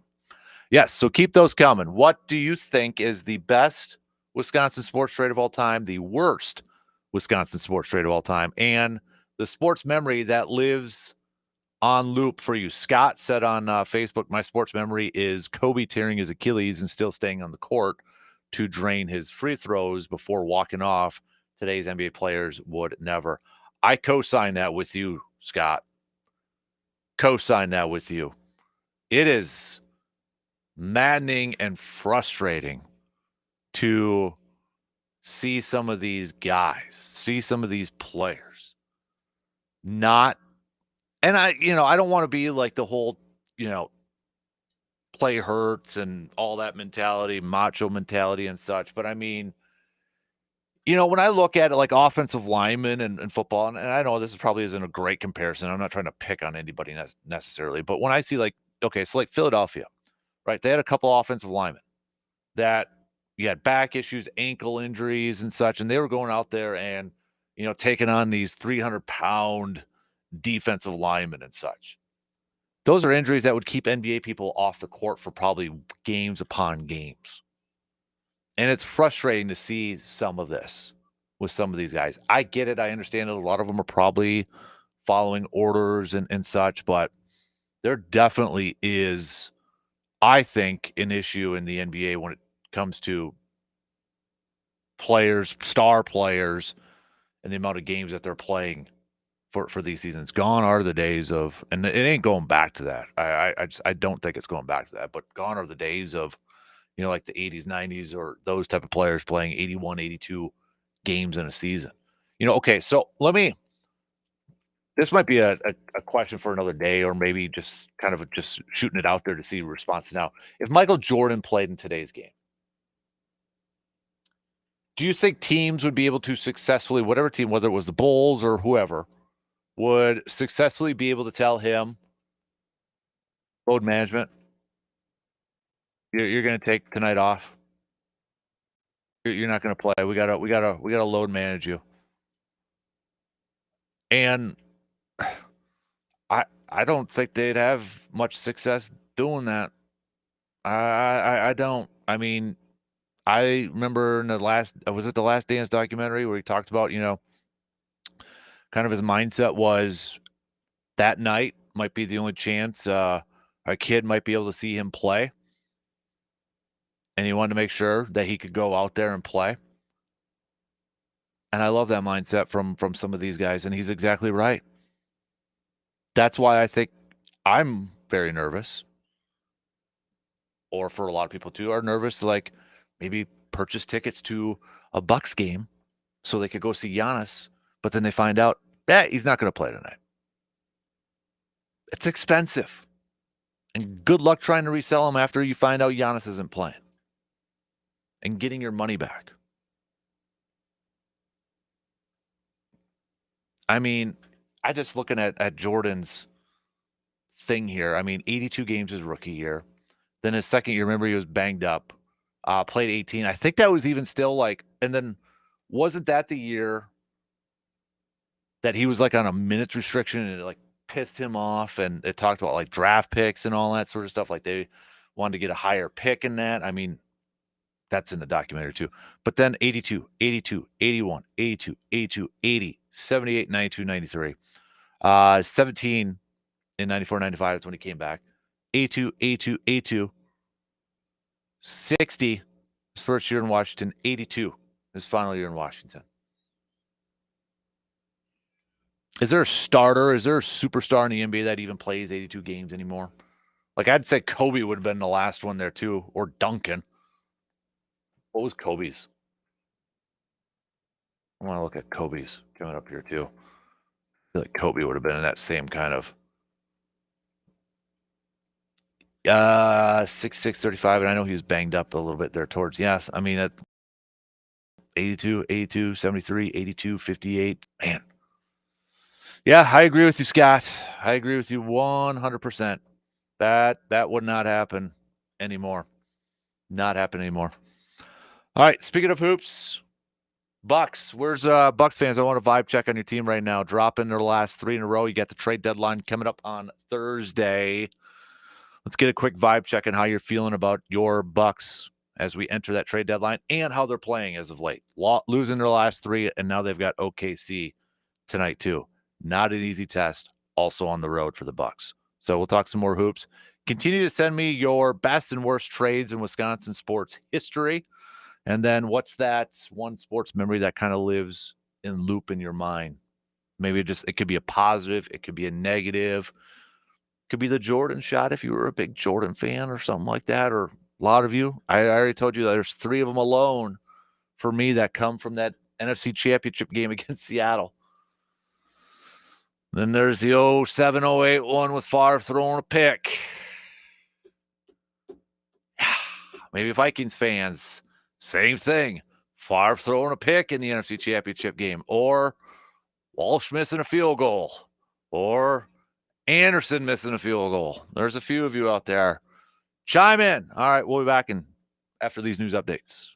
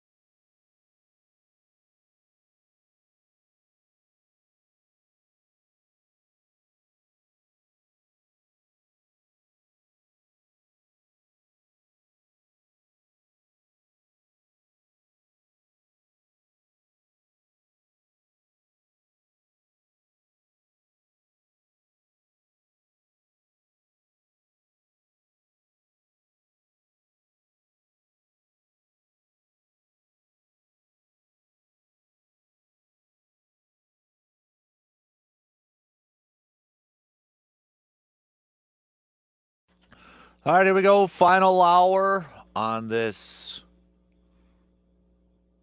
Monday morning. Brain fart there for a second. It's big thanks for tuning in wherever, however you're tuning in from, whether it's on the radio dials, 105.1 FM, 790 AM, also online at sportstalk1051.com. You got your streaming devices, Google and Alexa, YouTube, Facebook, Twitter, Instagram, all that good stuff over there. We're going to talk some more hoops coming up here. Vibe check, Bucks fans. Where are you at with this team right now? You feeling good? You feeling bad? You feeling awful right now? What do you got? Give me a 1 through 10 vibe check, Bucks fans. We've been talking a little bit after the Luka and Anthony Davis trade yesterday, that monster NBA trade that surprised, I think, everybody in the world. But we've been talking about best and worst trades in Wisconsin sports history. Mark says best trade in Packers history, Packers trading Brett and Aaron away. Okay. Mike says I might be wrong, but didn't Packers trade up in 81 to draft? Was that saying about 81 draft to about 6 for Campbell? I don't think they trade up from. I could be wrong. I mean, otherwise you'd have to look it up, Mike. I don't know off the top of my head. I didn't think they traded for him. I know they traded that year for. Was it 81 for Jefferson? I could be wrong, but I don't know. You'd have to double check that. I don't think they did, but I could be wrong. So, a couple more. Best trade was trading for Favre in 91. Wisconsin sports history. Wolf was under so much flack from the press, and it ended up working out incredibly well. That was from Greg on the texting line over there. Another text here says, worst trade, Ray Allen for Gary Payton. That has probably been the most popular one. That has probably been the most popular one from a lot of people chiming in right now. That and Hadel are the top two, and those were my top two as well. So keep those coming. Keep those coming. You can hit me up with a text or, again, comment on the video stream over there. All right, let's talk some more hoops here with the trade deadline coming up here for the Bucks on Thursday. Will they make a move? Won't they make a move? Will they? Won't they? That's the big question for the Bucks. We know the big trade yesterday, Luka for Anthony Davis. There was the other one last night. De'Aaron Fox from the Kings is going over to the Spurs, and part of was it 3-4 team deal, but Zach LaVine goes to the Bulls, to the Kings. I bring that one up because Zach LaVine was a name that was mentioned as a possibility for the Milwaukee Bucks to acquire. Well, that's not going to happen anymore. So now who? Where are we at? Is it back to Butler? Is Bradley Beal an option? Could it be a big out there? It's kind of sort of quiet, to be honest with you. I haven't seen anything that's too new. I haven't seen anything that, it's like, oh, watch out for this one. So, I mean, it's kind of been kind of quiet, to be honest with you. Kind of quiet leading into this trade deadline, which is just a couple of days away. So I still don't have a good vibe that they're going to make a trade. I don't have a good vibe that they're going to make a trade before, like a big trade before the deadline, maybe a smaller one to get some depth, but I don't see them acquiring a big name by any means. I don't see them getting a Butler or, whoever, a Bradley Beal or whoever else may be out there. Could be wrong. I mean, nobody expected the Luka and Anthony Davis one for sure. So could be completely wrong. That's where my gut is right now. But I feel like if they want to get into that next tier, if they want to get into, being able to win a 7-game series against Boston, New York, Cleveland, they got to make some moves. I think they're kind of handcuffed in terms of what they can be able to do or what they're going to be able to do on the trade market. I don't know what all they could do at this point. I think they're trying. I think John Horst is working the phones like crazy to try to find a trade partner. He's really trying to do that. But with limited options and limited assets, I don't see a big thing coming. I don't. A couple vibe checks here. Vibe checks at a 3 for Ben. When it comes to the Bucks, we got another Dan out there says vibe checks at about a 5 right now, trending downward. Hopefully they make a move by the deadline to gain some momentum. All right, so keep those coming. To answer the other, we had a text a little bit earlier. Somebody had texted in. I can't find it right now, but somebody had texted in about. Did you see the Chip Kelly news? I did. Chip Kelly going to the Raiders. That was announced yesterday. Pairing up with Pete Carroll. I mean, the AFC West right now is kind of turning into an old school Pac-12 with some of these coaches. You got Pete Carroll, former USC head coach, Chip Kelly, former Oregon coach, and UCLA, I guess, over there too. But Pete Carroll and Chip Kelly seem like an interesting combo for me. Apparently, Chip Kelly is the highest paid offensive coordinator in the NFL right now. They gave him $6 million. I mean, his stock was super high after Ohio State leading Ohio State's offense to a national championship. Ohio State lost their offensive coordinator, now defensive coordinator. But that is definitely an interesting pair. And then when you factor in the rest of the AFC West, you got Harbaugh, again, former Stanford coach. He's in that division. Andy Reid and Sean Payton. That AFC West is kind of interesting just from the coaches alone. And I'm kind of combining Pete Carroll and Chip Kelly into this one just because to me that's such a random pairing. You know, it's just wow. To me it's like seeing those two on the same coaching staff's like interesting. But you look at that AFC West division now with their coaches. I mean, you've got some big name coaches in there with Pete Carroll going to the Raiders, Peyton with what he's doing with Denver, obviously Andy Reid, Harbaugh with the Chargers. Just alone, I mean, I know Hard Knocks did an AFC North version. Might want to do an AFC West one next year for the coaches alone to get some access in there. But yes, I did see that, and it was definitely interesting. But hey, if Chip Kelly can do, you know, what he did down the stretch there for Ohio State's offense, if he can do that for the Raiders, that's a great hire then. He's going to have full control of that offense. Pete Carroll's a defensive-minded guy, but he's going to have full control of that offense. Definitely an interesting one. Got a tweet. Troyber says, Groundhog plays Jordan's shot. Desmond Howard's return in a Super Bowl. Cubs final out in the World Series. Got a couple more plays. We've got what is this? Oh, okay. I got you. Harris's pick in the postseason against Matt Hasselbeck. We want the ball. We're going to score. Okay. I kind of forgot about that one. That's a good one. Yeah, kind of forgot about that one. I'm assuming too, by the way, Jordan shots the one against Byron Russell and not the Craig Elo one and that. I mean, there's a few Jordan shots we can probably pick there, but I got to mention it's that one, right? So, Super Bowl week officially kicks off today as well. So we'll throughout the week start to get some picks and talk about that. Now that we had that week off, are you a little bit more intrigued with the Super Bowl? A little bit more excited with the Super Bowl, or still kind of nah? I mean, I still feel like on paper this is a really intriguing matchup. It's a good matchup. I hope it's a fun matchup, like the last time these two were in the Super Bowl just a couple years ago. But I still have fatigue with it. I mean, it's just, I think that's natural. It's natural for me, and I think it's natural for a lot of people. It's fatigue mostly from the Chiefs side. I think I have my pick, but I don't want to say it right now. I'm going to wait for a little bit later on.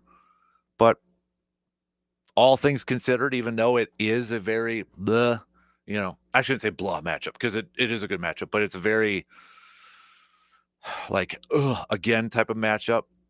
You got storylines across the board. I mean, Vic Fangio's defense versus Mahomes. Spags versus Kellen Moore's offense. Saquon, how is the Chiefs defense going to stop Saquon, et cetera, et cetera, et cetera. So there's really good storylines across the way. And I hope it's an entertaining game, and I hope it's a good matchup. Packers fans, is it, I'll just say this. If you're a Packers fan, is it okay? Are you rooting for so like Hudson says, I can't root for the Eagles because the Eagles beat the Packers twice. So that's why he's not rooting for the Eagles. I get it. I understand that. And I'm not a big Eagles fan. I got a lot of issues with some Eagles stuff over there. I don't know if I can do the Chiefs either.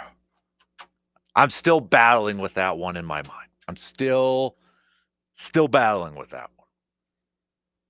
Got some time to think about it though. Before we take a quick break, a couple more vibe checks for the Bucks. Steve says vibe checks at a 2.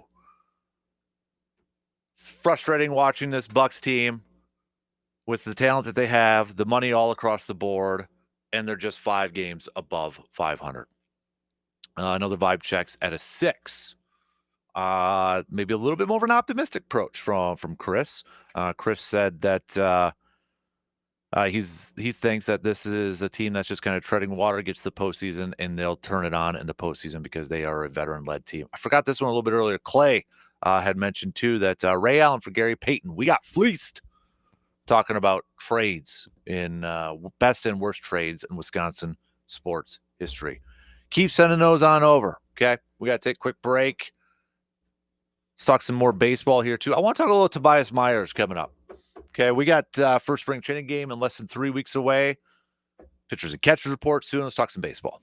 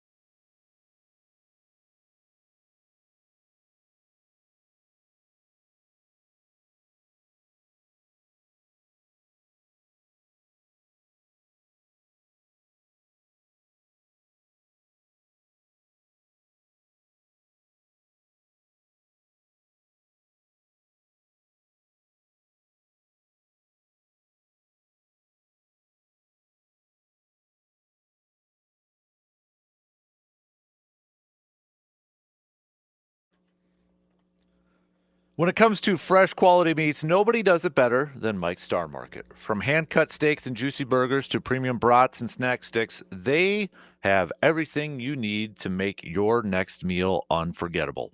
And don't forget, hunters, they are your go-to place to drop off your game to get your meat processed. So stop by and give Mike's Star Market a visit today at 2238 Heimstead Road in Eau Claire. Also, too, if you're looking for maybe some brats or some meats to put up on the grill for your big game parties this weekend, go check out our good friends at Mike's Star Market. Don't forget their full lineup of freeze-dried candy. Got a tweet. Bronx Yankee Bombers at Yankee Bombers 27. Well, Dan, I heard your struggle with who to root for in the Super Bowl. I get your son's view on the Eagles, but we should all be against the Chiefs. There's a point where enough is enough, and the whole ref side doesn't help the Chiefs.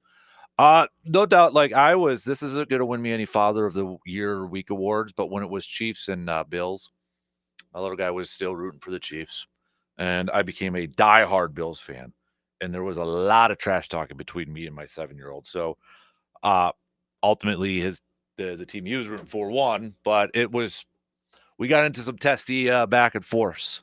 Just say that. So, again, not going to win me any Father of the Year awards over there, but that's how much I did not want the Chiefs in this thing. Didn't want it. Are you of the notion now? Okay, maybe this is kind of like an informal poll. So to use Yankee, what was it? At Yankee Bombers 27. Tweet here for an example. Are you of the side of you're just at this point now where, hey, I'm witnessing greatness. I'm witnessing something, that I don't know if it's going to happen again, a potential three-peat, one of the best quarterbacks of all time and one of the best dynasties out there or a dynasty out there. I'm just, I'm just choosing to embrace it and watch it because it's history. Or are you on the other side of like, no, I'm done. We've seen it. I've seen this movie how many times? I want to see the next one. I think part of it is we just got done seeing a dynasty with the Patriots. It wasn't that long ago. Seems like it's been a long time ago, but it really wasn't that long ago. I think part of it, though, is we just got done seeing another dynasty with the Patriots. And it's like, another one already? And let's face it, if this is Green Bay or if you're a Vikings fan or a Lions fan or a Bears fan or whatever, you want to be in this position. I want to be in this position. I want to be in the position as a Chiefs, where Chiefs fans are at right now. There's no question. I won't apologize if we ever get to that. Felt like there was a couple times we should have been in that position, but never were. Neither here nor there. I want to be in there, and I won't apologize for it when people are complaining about if we ever get there. I won't apologize, for people complaining, oh, Green Bay's in it again. I want to be in it. It's jealousy. A lot of it stems from jealousy and such. I understand that. But I wonder if some of this, because I'll admit, like towards the end of the Patriots one, as much as I was annoyed by just pencil in the Patriots to the AFC Championship or even to that point Super Bowl, I did get to a point where I'm just like, you know what? It's not going to do me any good to complain about it. And I just like, okay, I don't think this is ever going to happen. Seeing a quarterback, seeing a team win this much. So I kind of changed that. But now it's like, no. When I'm at the Chiefs, like, no, I'm done. I'm done. I've got the fatigue and I want to move on. I think part of it is just we just got done with the Patriots' reign. And then, if it's not your team, you want maybe some more parity across the league. And it was like as soon as the Patriots were done, here comes another AFC team with a really great quarterback, with a really good coach. And the thing is with the Chiefs, like the thing that's given me a little bit of pause is I love Andy Reid. I love Andy Reid. I know, I don't know if it's just because there's that little bit of a Packer connection back from the 90s and such, but I love Andy Reid. I love how he goes about his business. I love how, we hear him talking to media or interviews and such. And I appreciate his career, like how it's like gone, his start in Philly, got to one Super Bowl, ends up, mutually parting ways, firing, however they want to phrase.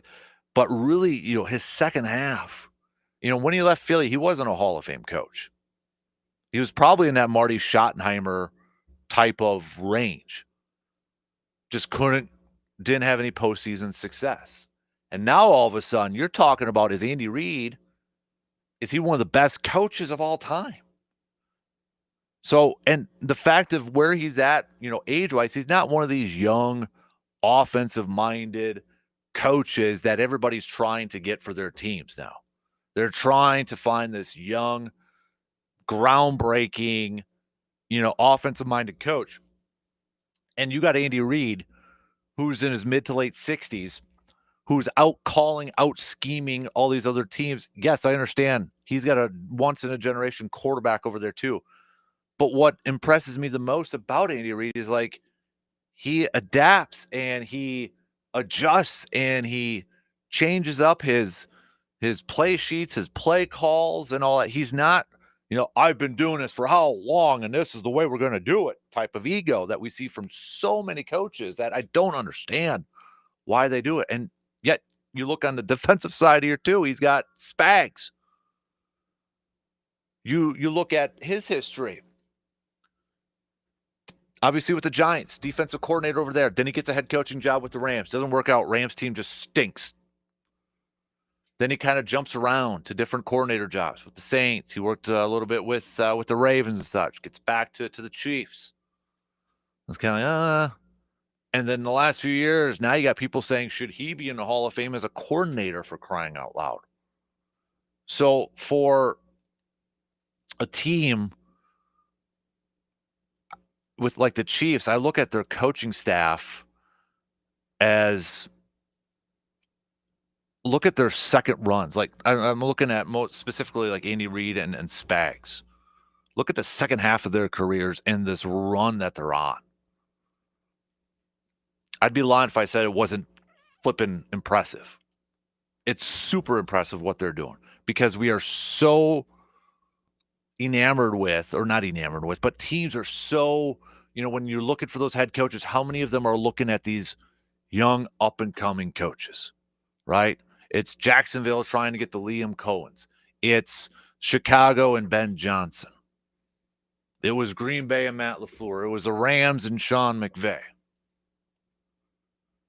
Not everybody's going after the 70-some-year-olds and Pete Carroll, besides the Raiders. They're looking for these young. I mean, the Patriots did it, or the Panthers did it last year too. And yet you've got the Chiefs with Reid and Spags, who have been here for how many years in the league. And if you want to say they're at the top of their game, they're at the top of the list of all the coordinators and coaches out there, I'm probably not arguing with you too much. So that's super impressive. It's just, I'm worn out. I'm worn out from all the other stuff that involves the Chiefs, whether it's the Kelceys and everything that comes with the Kelceys, if you know what I mean. Mahomes is I get it. It's great. I appreciate it. It's awesome. He's one of the best, and we get to witness greatness. I understand that. I get that. But you live, how's that phrase go? You're a hero that lives long enough to become the enemy, or some sort of thing like that. You know what I'm talking about, and I think that's where the Chiefs are at this point. Eagles, I mean, I'm not a Nick Sirianni fan. I'm not. I think the job that Howie Roseman has done as general manager is what saved this team and has gotten them to this point. Bringing in Kellen Moore, saying, hey, Nick, I'm getting you your coordinators. Bringing in Kellen Moore, bringing in Vic Fangio, signing Saquon Barkley. But I respect the heck out of Saquon Barkley. I mean, that dude is a beast, and I was so glad this year, not just him, but across the league, to see the reemergence of running backs, especially quote-unquote veteran running backs, quote-unquote old running backs. Josh Jacobs, Derrick Henry, who's still just doing his thing, and Saquon. I mean, running backs are on their second teams, leading the charge. Heck, even Aaron Jones getting over 1,000 yards across the border over here. It's going to be a cycle, though, because you have all these teams that are running the football and having success running the football. Defenses are going to try to counter that, and then we're going to go back to passing. It's a cycle every single year when it comes to the NFL. At Yankees Bomber again, and I say this coming as a longtime Tom Brady guy and Patriots fan, and didn't acknowledge how annoyed everyone was with the Patriots' 6 titles. But I'm a Wisconsinite, so bring on a Packers dynasty. I mean, 60s are the Packers, right? 70s are the Steelers. 80s Niners, 90s Cowboys, 2000s Patriots. Are the teens, is that still Patriots? And would the 20s be the Chiefs right now? How would that one work out? I'm trying to just do it off the top of my head here. So would the Patriots have 2 decades worth of a dynasty? 2000 to like 2019-ish over there? And the Chiefs are the 20s right now? Ooh. A couple more vibe checks here when it comes to the Bucks. We got a vibe check of a 4. We got a vibe check of a 5, and another vibe check of a 4 over there. In terms of trade deadline, we've got Jake that says, I hope they bring in another shooter. I'm still not confident in Chris Middleton being a regular contributor with his team. Look at his last 5 games going scoreless, and 2 of those 5, and then scoring over 20 points in the other 3. Yeah, we actually hit that up. We talked a little bit about that in the first hour. You look at those stretch of games for Middleton. Last night he had 20. The thing is like when Middleton's having a Middleton game, he is a very good player. But what we've seen these last 5 games just kind of, I think, encompasses Middleton's season so far. So up and down. And such an unknown. I mean, to go scoreless in 2 games. And then the other 3, if we're talking just this 5-game stretch, to put over 20. I don't know what to expect from Chris Middleton when he comes off the bench. What should we expect from him? I don't know what we're going to get. I don't know what, and I don't know. Is he going to play tonight in a back-to-back? I don't know. And that's why when we talk about the NBA trade deadline, I look at it like, okay, I kind of want a more consistent scoring threat. Middleton could be a scoring threat, but it's not consistent. I still love his mid-range game, and when he's got a 3 on, he's got the 3 on. But there's times when Dame is just cold. Last night was a night, too, where it was cold. It was a cold night for Dame. And if that's the case, Giannis needs another guy out there, too. Like, Giannis, to me, he may have games where he's under 20, but he can still drive. He can still get to the hole. By the way, Giannis's free throw, what is going on? Now he's in his 50s. I mean, that thing has just gone downhill over the last couple of years. It's bad. I mean, we're talking now Shaq territory, for crying out loud. Maybe not Chris Dudley territory, but we're talking Shaq territory right now. What is going on these last few years? But when Dame's cold, you need, and I know Middleton had 20 when Dame was still cold last night, but I feel like we still need a more consistent shooter. I know it's kind of weird saying this defensively because, Spurs, they gave up over 140, and last night was 139. But the month of January, they were a pretty solid defensive unit by all metrics and numbers and stats and rankings and such, and I feel like they were getting better.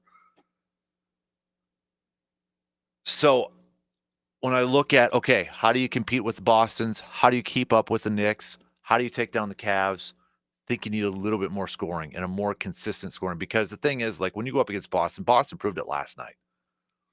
Going up against 76ers, they were down by 20-something in the second half. It looked like the Sixers were going to pull off this upset. I mean, we had the game on because Hudson was watching it. I'm like, oh, Sixers got to get this one. And all of a sudden, the Celtics went on this run. And when they go on a run, they go on a run. They get hot. And we know they will chuck up threes. A lot of times they make a lot of those threes. But the Celtics proved one thing. When they're down, it doesn't matter how much they're down, it seems like. They can still come back and win. And they got that belief that they can still come back and win. If the Bucks are down by 25, I don't think they can come back and win. Celtics prove that they can be down 25 and still come back and win and think they can come back and win. And I know it was the 76ers, and there was no Paul George, and there was no Joel Embiid. I get that. I understand that. But still, to come back from that, it was impressive. If that was the Bucks, I don't think they're able to pull that off. All right, let's take our final break. Last call for anything else that's on your mind, all right? Hit me up with a text or tweet. Tweet DANKASPER, Facebook.com/Casper Sports. Hit me up on Instagram over there too, or comment on the video streams, YouTube, Facebook, all that fun stuff. We'll take a quick break. Got some picks and predicts coming up here as well. What else is on your mind? Last call. All right. We'll be back here in just a couple minutes.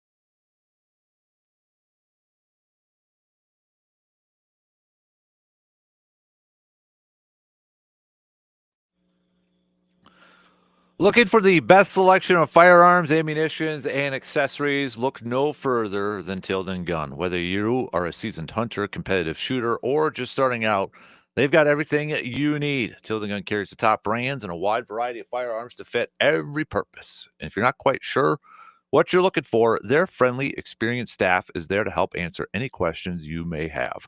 And let's not just forget about the gear. At Tilden Gun, they offer the expert advice you can trust. Their knowledgeable staff is there to help you answer any questions and help make the right choice to ensure you're confident and prepared to hit the woods. So stop by their shop at 12427 90th Avenue in Chippewa Falls. That's 12427 90th Avenue in Chippewa Falls. You can check out their website, tildengun.com, as well. Before we get to some picks and predicts here, we got a couple of texts to get to here. Got a couple Johns coming in here. Big John says, why can't Giannis just dribble twice and shoot the dang ball at the stripe? Staring at the basket isn't working. You know, I still remember my free throw routine. I don't know if anybody, if you used to play basketball or whatever, mine was always did the backspin, the official toss it to you. I would do the backspin, 2 dribble, 2 knee bends, shoot it. You know what I mean? I could still do it. Backspin. While you're doing the 2 dribbles, 2 knee bends, bop, bop. And then on that second one, you're going up and shooting it, sort of thing. Just a rhythm. I think it's all in the head right now. It is so messed up in his head right now. It is such a mind thing. It's a mental part for Giannis right now. That's my feeling. I mean, for crying out loud, not to always bring up the 90s, but you had dudes in the 90s that had some of the best free throw routines. Like Jeff Hornacek, Jason Kidd. They all had these free throw routines. And I'm sure some still have it, but probably nothing to the effect of some people used to have back in the day. Remember Jeff? Does anybody remember Jeff Hornacek? So the former Jazz player, former coach too. He always 3 times swiped. I think it was 3 times. Maybe it wasn't just 3, but he always wiped the side of his face right before. And then Kidd, he was the one who blew the kiss to the rim, right? Jason Kidd was the one who blew the kiss in that. But yeah, I think it's all mind thing right now for Giannis. I think Nash had one too, didn't he? Steve Nash. I have to double check that one. Another John from Eau Claire says the AFC West has probably the best group of head coaches. Vibe check with the Bucks at about a 4 right now. I know it's not a popular trade option for the Bucks, but I would like to see Butler in Milwaukee. He's got the offense and he's got good defense. The only problem is his ego. All right, let's do some picks and predicts. Brought to you by the Elbow Room. Looking for somewhere to hang out, maybe watch some games, or just have some good conversation with some good peeps. You can head on over to the Elbow Room, located right next to the Banbury Place here in Eau Claire. Let's start it off with the NBA. Let's do some NBA games here first. Let's take a look at the schedule. So we got a few games here. We'll do Houston at New York. New York is favored by 5.5 in this game. I will go with the Knicks. I'll go with the Knicks in this one. San Antonio at Memphis. I don't know if De'Aaron Fox is going to play in this game or not, but I'll roll with Memphis in this game. Sacramento at Minnesota. I'll go with Minnesota. We've got Orlando at Golden State. I'll ride with the Warriors in this one. And then Milwaukee at Oklahoma City. Of all the games tonight, and we didn't do all of them, this is tied for the biggest point spread. The other one is Denver and New Orleans. Okay, New Orleans at Denver is an 11.5 point spread. Milwaukee at Oklahoma City Thunder is also an 11.5 point spread. You're talking about the same point spread that features a New Orleans team that has 12 wins, 12-37. And Denver Obviously, with the Joker and a lot of talent over there, they're 30-19. The same point spread here. I'm going OKC. I don't think OKC covers. Maybe that's a little optimistic here. Yeah, I'll go OKC, but I don't think they cover. And that's probably more wishful thinking than anything, to be honest with you. Let's do some excuse me. Let's do some do we have any good college games on the docket? I know we had some good over the weekend. Ooh, Iowa State at Kansas. All right. Iowa State at Kansas. Kansas favored by 2.5. Now, as of right now, Iowa State's ranked 3rd. Kansas is ranked 11. Iowa State's coming off of back-to-back losses against Arizona and Kansas State, though. Kansas State took them down 80-61. Kansas also coming off of a loss against Baylor, 81-70. I think Iowa State loses their 3rd in a row. I'm going to go Kansas. If this was in Iowa, I'll go with the Cyclones, but since it's in Kansas, I'm going to go with the Jayhawks at Allen Fieldhouse. Let's do is there another one I wanted to do? I think that's about it for some college basketball. Let's do some NHL picks to wrap up our picks and predicts here this morning. All right. Well, we only got one. My Ottawa at Nashville. I'll go with the Preds, my former favorite team from like 3 teams ago. We'll go with the Nashville Predators. All right, those are your picks and predicts brought to you by the Elbow Room. All right. So we talked a lot about the Bucks here this morning. Talked a little Brewers. So maybe we'll hit this up a little bit more tomorrow, but we talked a little bit with the Brewers because we are less than 3 weeks away from the first spring training game, February 22nd, Saturday, going up against the Reds. Pitchers and catchers reporting here in just a few days. So we've talked about, different players and the projections and the expectations for them heading into this season. Jackson Chourio, can he be a 30 for 30 guy? 30 home runs, 30 stolen.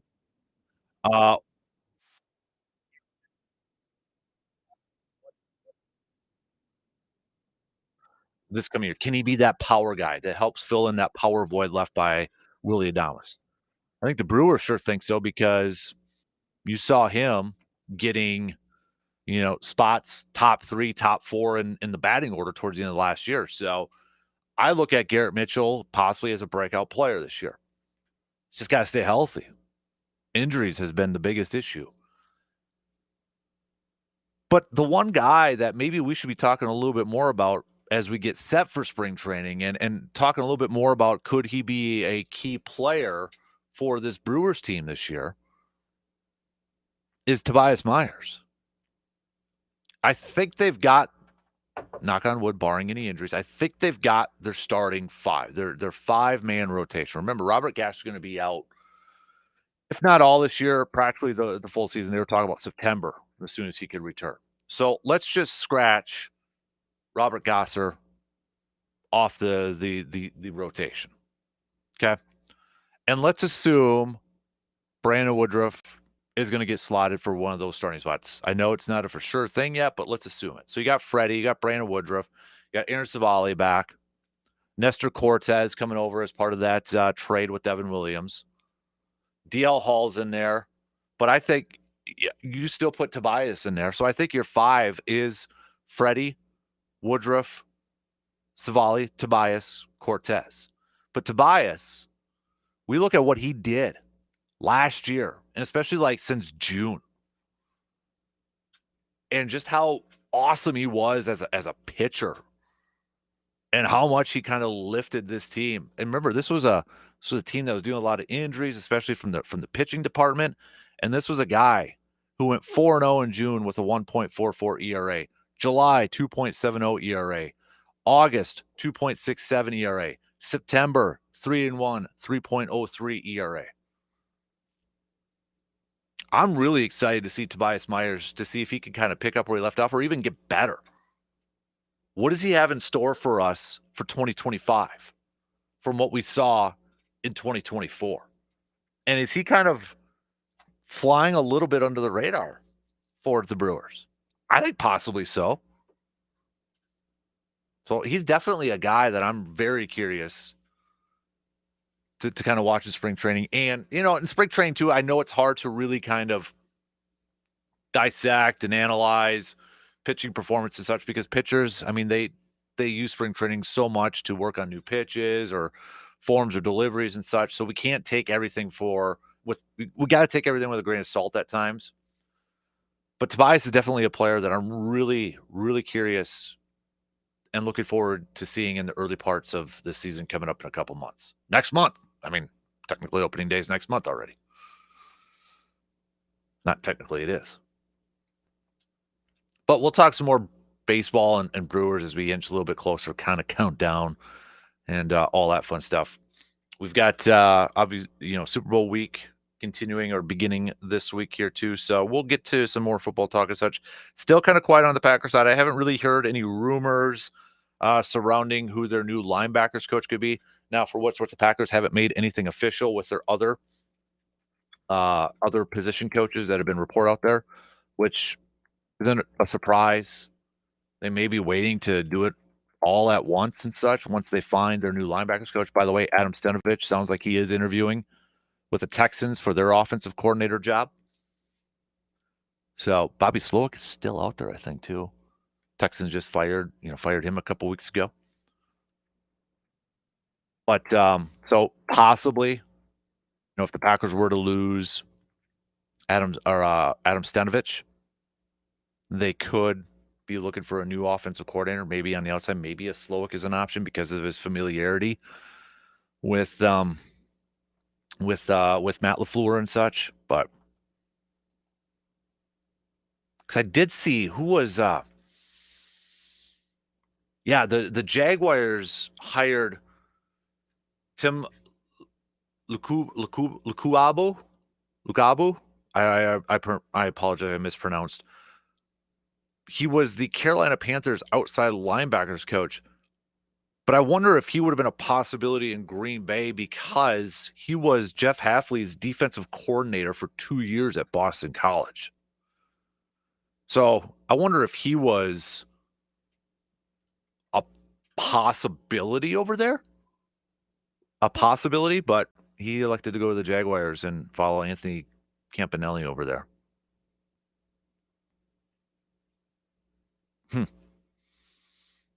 Yeah, I think that linebackers coaching spot now for Green Bay. Defensive line was a big hire. It was an important hire for Green Bay.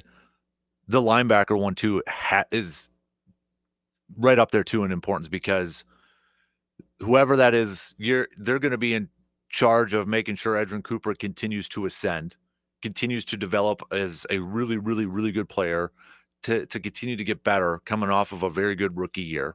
How can he get better? How can he be more consistent? And then Quay Walker, we saw flashes of Quay Walker. How can this new linebackers coach come in and, all right, start to make Quay Walker play consistently, play at a high level consistently? And then maybe another rookie to add to the depth over there too. So I'm very curious to see who they go or what route they go with their linebackers coach. So, whenever that happens, we'll definitely talk about it whenever it gets to that point. But we'll talk some football for the rest of the week as we get ready for Super Bowl. Bucks at it tonight again. You can catch it on the radio dials at 105.1 FM, 790 AM. Tip time is scheduled for 7. Coverage will begin at 6:30. So, tip time will be a little bit after 7 because they never start on time. Hopefully, they could kind of shock the world and pick up a win against OKC. Otherwise, they'll have their fourth straight loss. And with the trade deadline coming up on Thursday, will that push the needle for the Bucks? Will that push the needle for John Horst to make a move? Seeing his team kind of struggling a little bit, especially struggling with the absence of Bobby Portis. Will that push the needle to maybe make some aggressive moves? Potentially. So, all right. Shot clock is going to cut me off here. Have a fantastic rest of your Monday, though, peeps. All right. Have a fantastic Monday. If the roads are still a little bit slippery out there, be careful. DP Danitz, they're up next. We'll do this again tomorrow. Meet me here, same time, same place, starting at 6 a.m. We'll talk to you then.